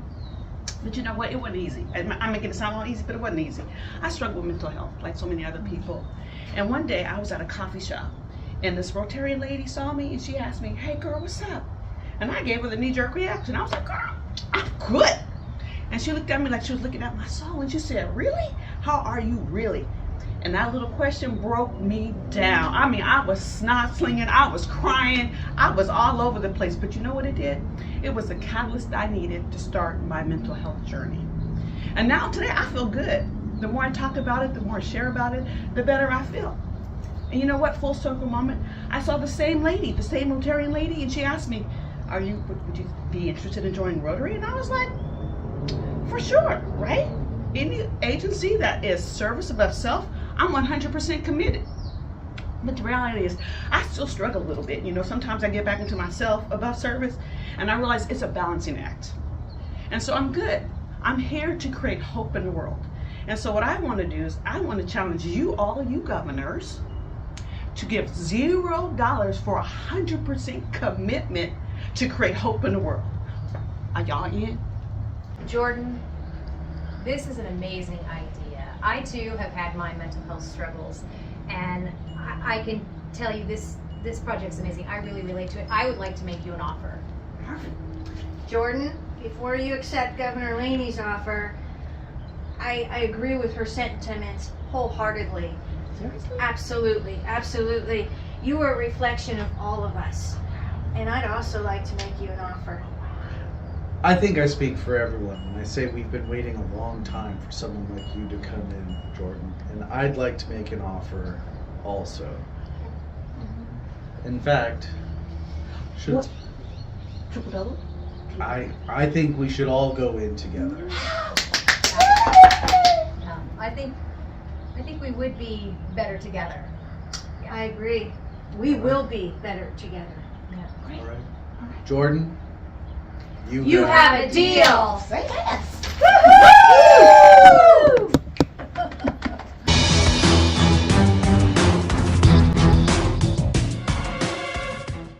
Hey friends, how about we keep this party going and celebrate creating hope in the world? What do you guys think? right on. Let's do it. We have the perfect thing, music and dancing right now. Yes.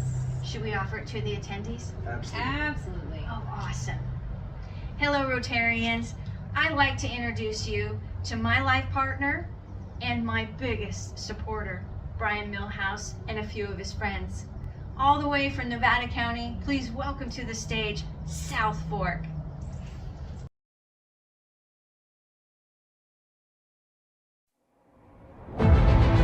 Get ready for the ultimate adventure. Welcome to the amazing Rotary Race, where contestants embark on a whirlwind journey around the globe. Our daring teams are about to face challenges, solve puzzles, and race against the clock. Their first stop, the heart of the Sierra Nevada, the vibrant city of Reno, Nevada. Teams, your race begins here. Explore the biggest little city in the world, unravel the mystery, and be the first to conquer the challenges that await. Brace yourselves for a race like no other. The amazing Rotary Race. Are you ready to go on an adventure, meet new friends, and do things you never imagined possible? Get ready to race.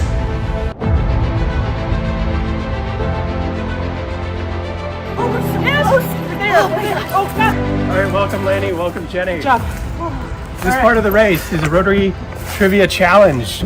Get this answer correct, and you can select your clue. So ready. Are you ready? Yes. Here's your question. What is the Rotary motto? Know it. Go.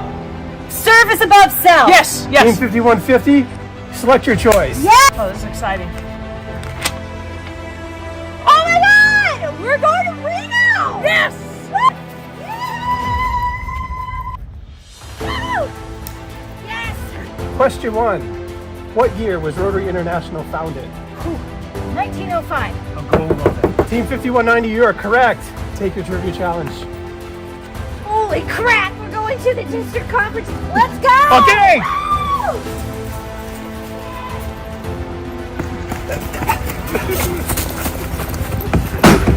All right, welcome Team 5180. You're in third place.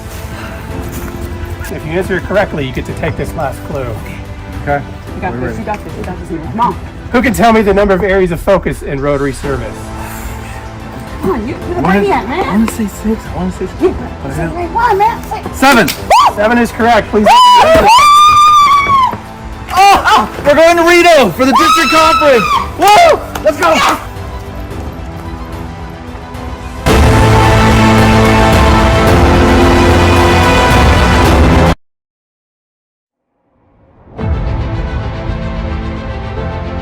Welcome teams to the amazing Rotary Race. You may be wondering about the one-star dishes in front of you.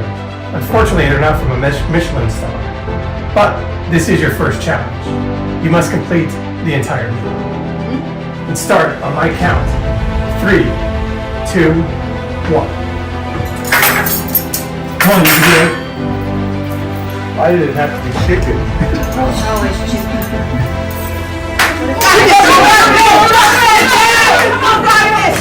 You got this. Go, Bill. You got this. 51. This is all you. This is all. This is grand. Peter! Go there. How can it have so much salt and so little flavor at the same time? Go, lady. Come on. Gotta get used to this. You're only gonna do this 59 times. It's no big boy bites. It's no big boy bites. Boy, you got this. You got this. I can't do it. Do it. I need hot sauce. Do it for the love of Rotary. I need hot sauce. Yes. That's easy. Another bite. Not bad time. You got this. Big boy bites. Big boy bites. There you go. Yeah, that's it. Big boy bites? Yes, you don't even have to chew. Just basically Just swallow. Hold it up, What a little bit of beef and salmon be too much to ask. Oh my gosh. I'm gonna do a hot Drink some water. Keep going. Come on. Teamwork makes the dream work. You got this. Go. Come on, you got this. We want to be first. Come on. Rally. Come on, Look at you go wipe the plate with the gravy. Okay, can I see you?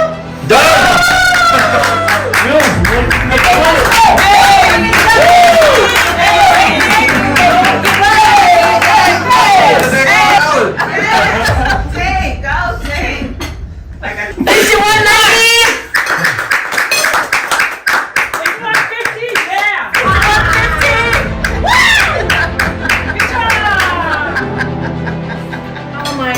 You don't have to finish it. You're already in third.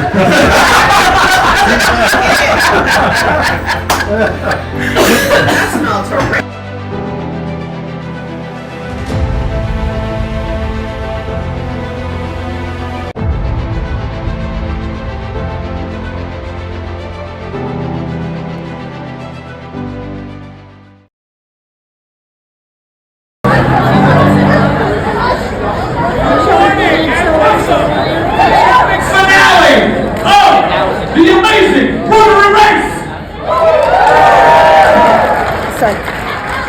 We've already seen our three teams from districts 5150, 5180, and 5190 tackle some daunting tasks, two daunting tasks. Some of them are hard to stomach, right? But this final task may be the most daunting yet. Please help me welcome our teams to the stage.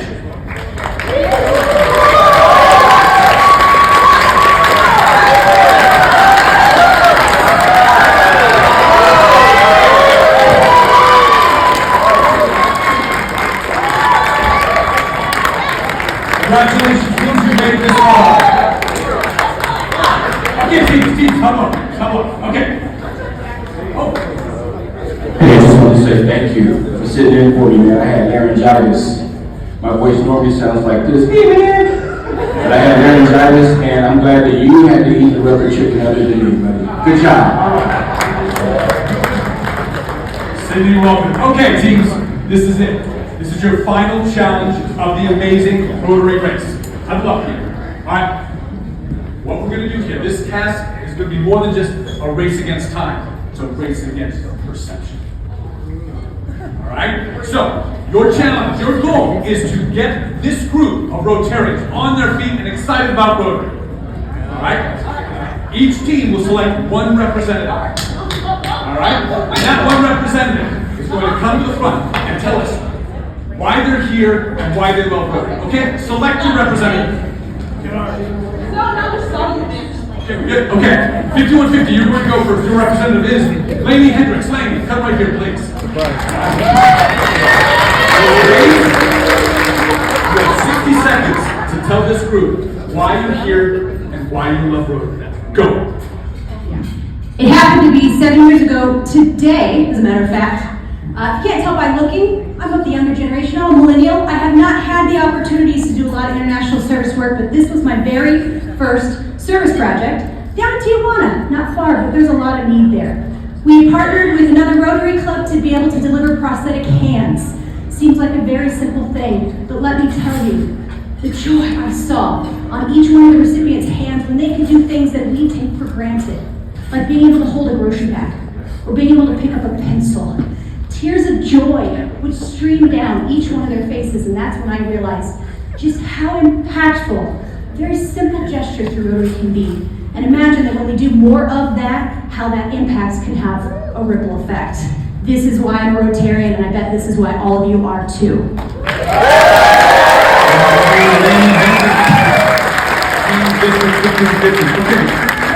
District 5180, have you selected your representative? Cindy Smith, step to the front, please. Okay, Cindy Smith, you have 60 seconds to tell this group why you're here and why you love Rotary. Go. I love Rotary because when I was a little boy, I grew up in a law enforcement home. My father would come home and he would tell us about his day, but he couldn't always tell us everything. One time he came home, he had been on a domestic violence scene. While in the house, the mother and the children had no food. He came home, told my mother about it. Of course, she wanted to take him food and he said no, but she eventually talked him into it. We took him food. I had to be the delivery guy. I was 9 years old. I walked up the walkway, knocked on the door, gave him a hot plate for my mother, and I realized then that my mother and father were the first Rotarians that I'd ever met, and that I was going to be a Rotarian someday in my own life.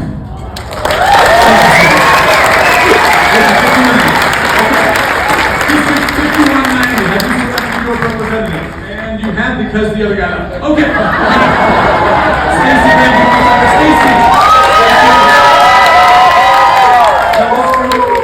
Stacey, you have 60 seconds. Tell this group why you're here and why you love Rotary. Go. I love Rotary because as an automotive technician, Rotary allows me to spread the message to younger people that they can do and be anything they want despite circumstances of their household, their environment, and the own challenges that they put before you. And also I can think of worse shenanigans I can get myself into, but mostly it's because of the Rotarians in this room. I love each and every one of you.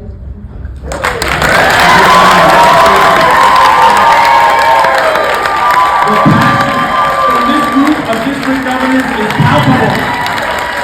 But only one team can be the winner of the amazing Rotary race. We'll talk to the judges now. Judges, let's hear your decision. You know, I was thinking about it, and why can't we all be winners?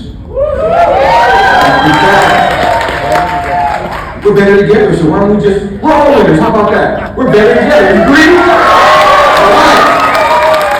Well, there you have it. I think we have 3 winners.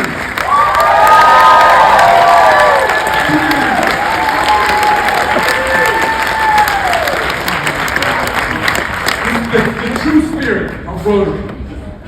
Service, excitement, and friendship. Ladies and gentlemen, join us next year for more unforgettable moments on the amazing Rotary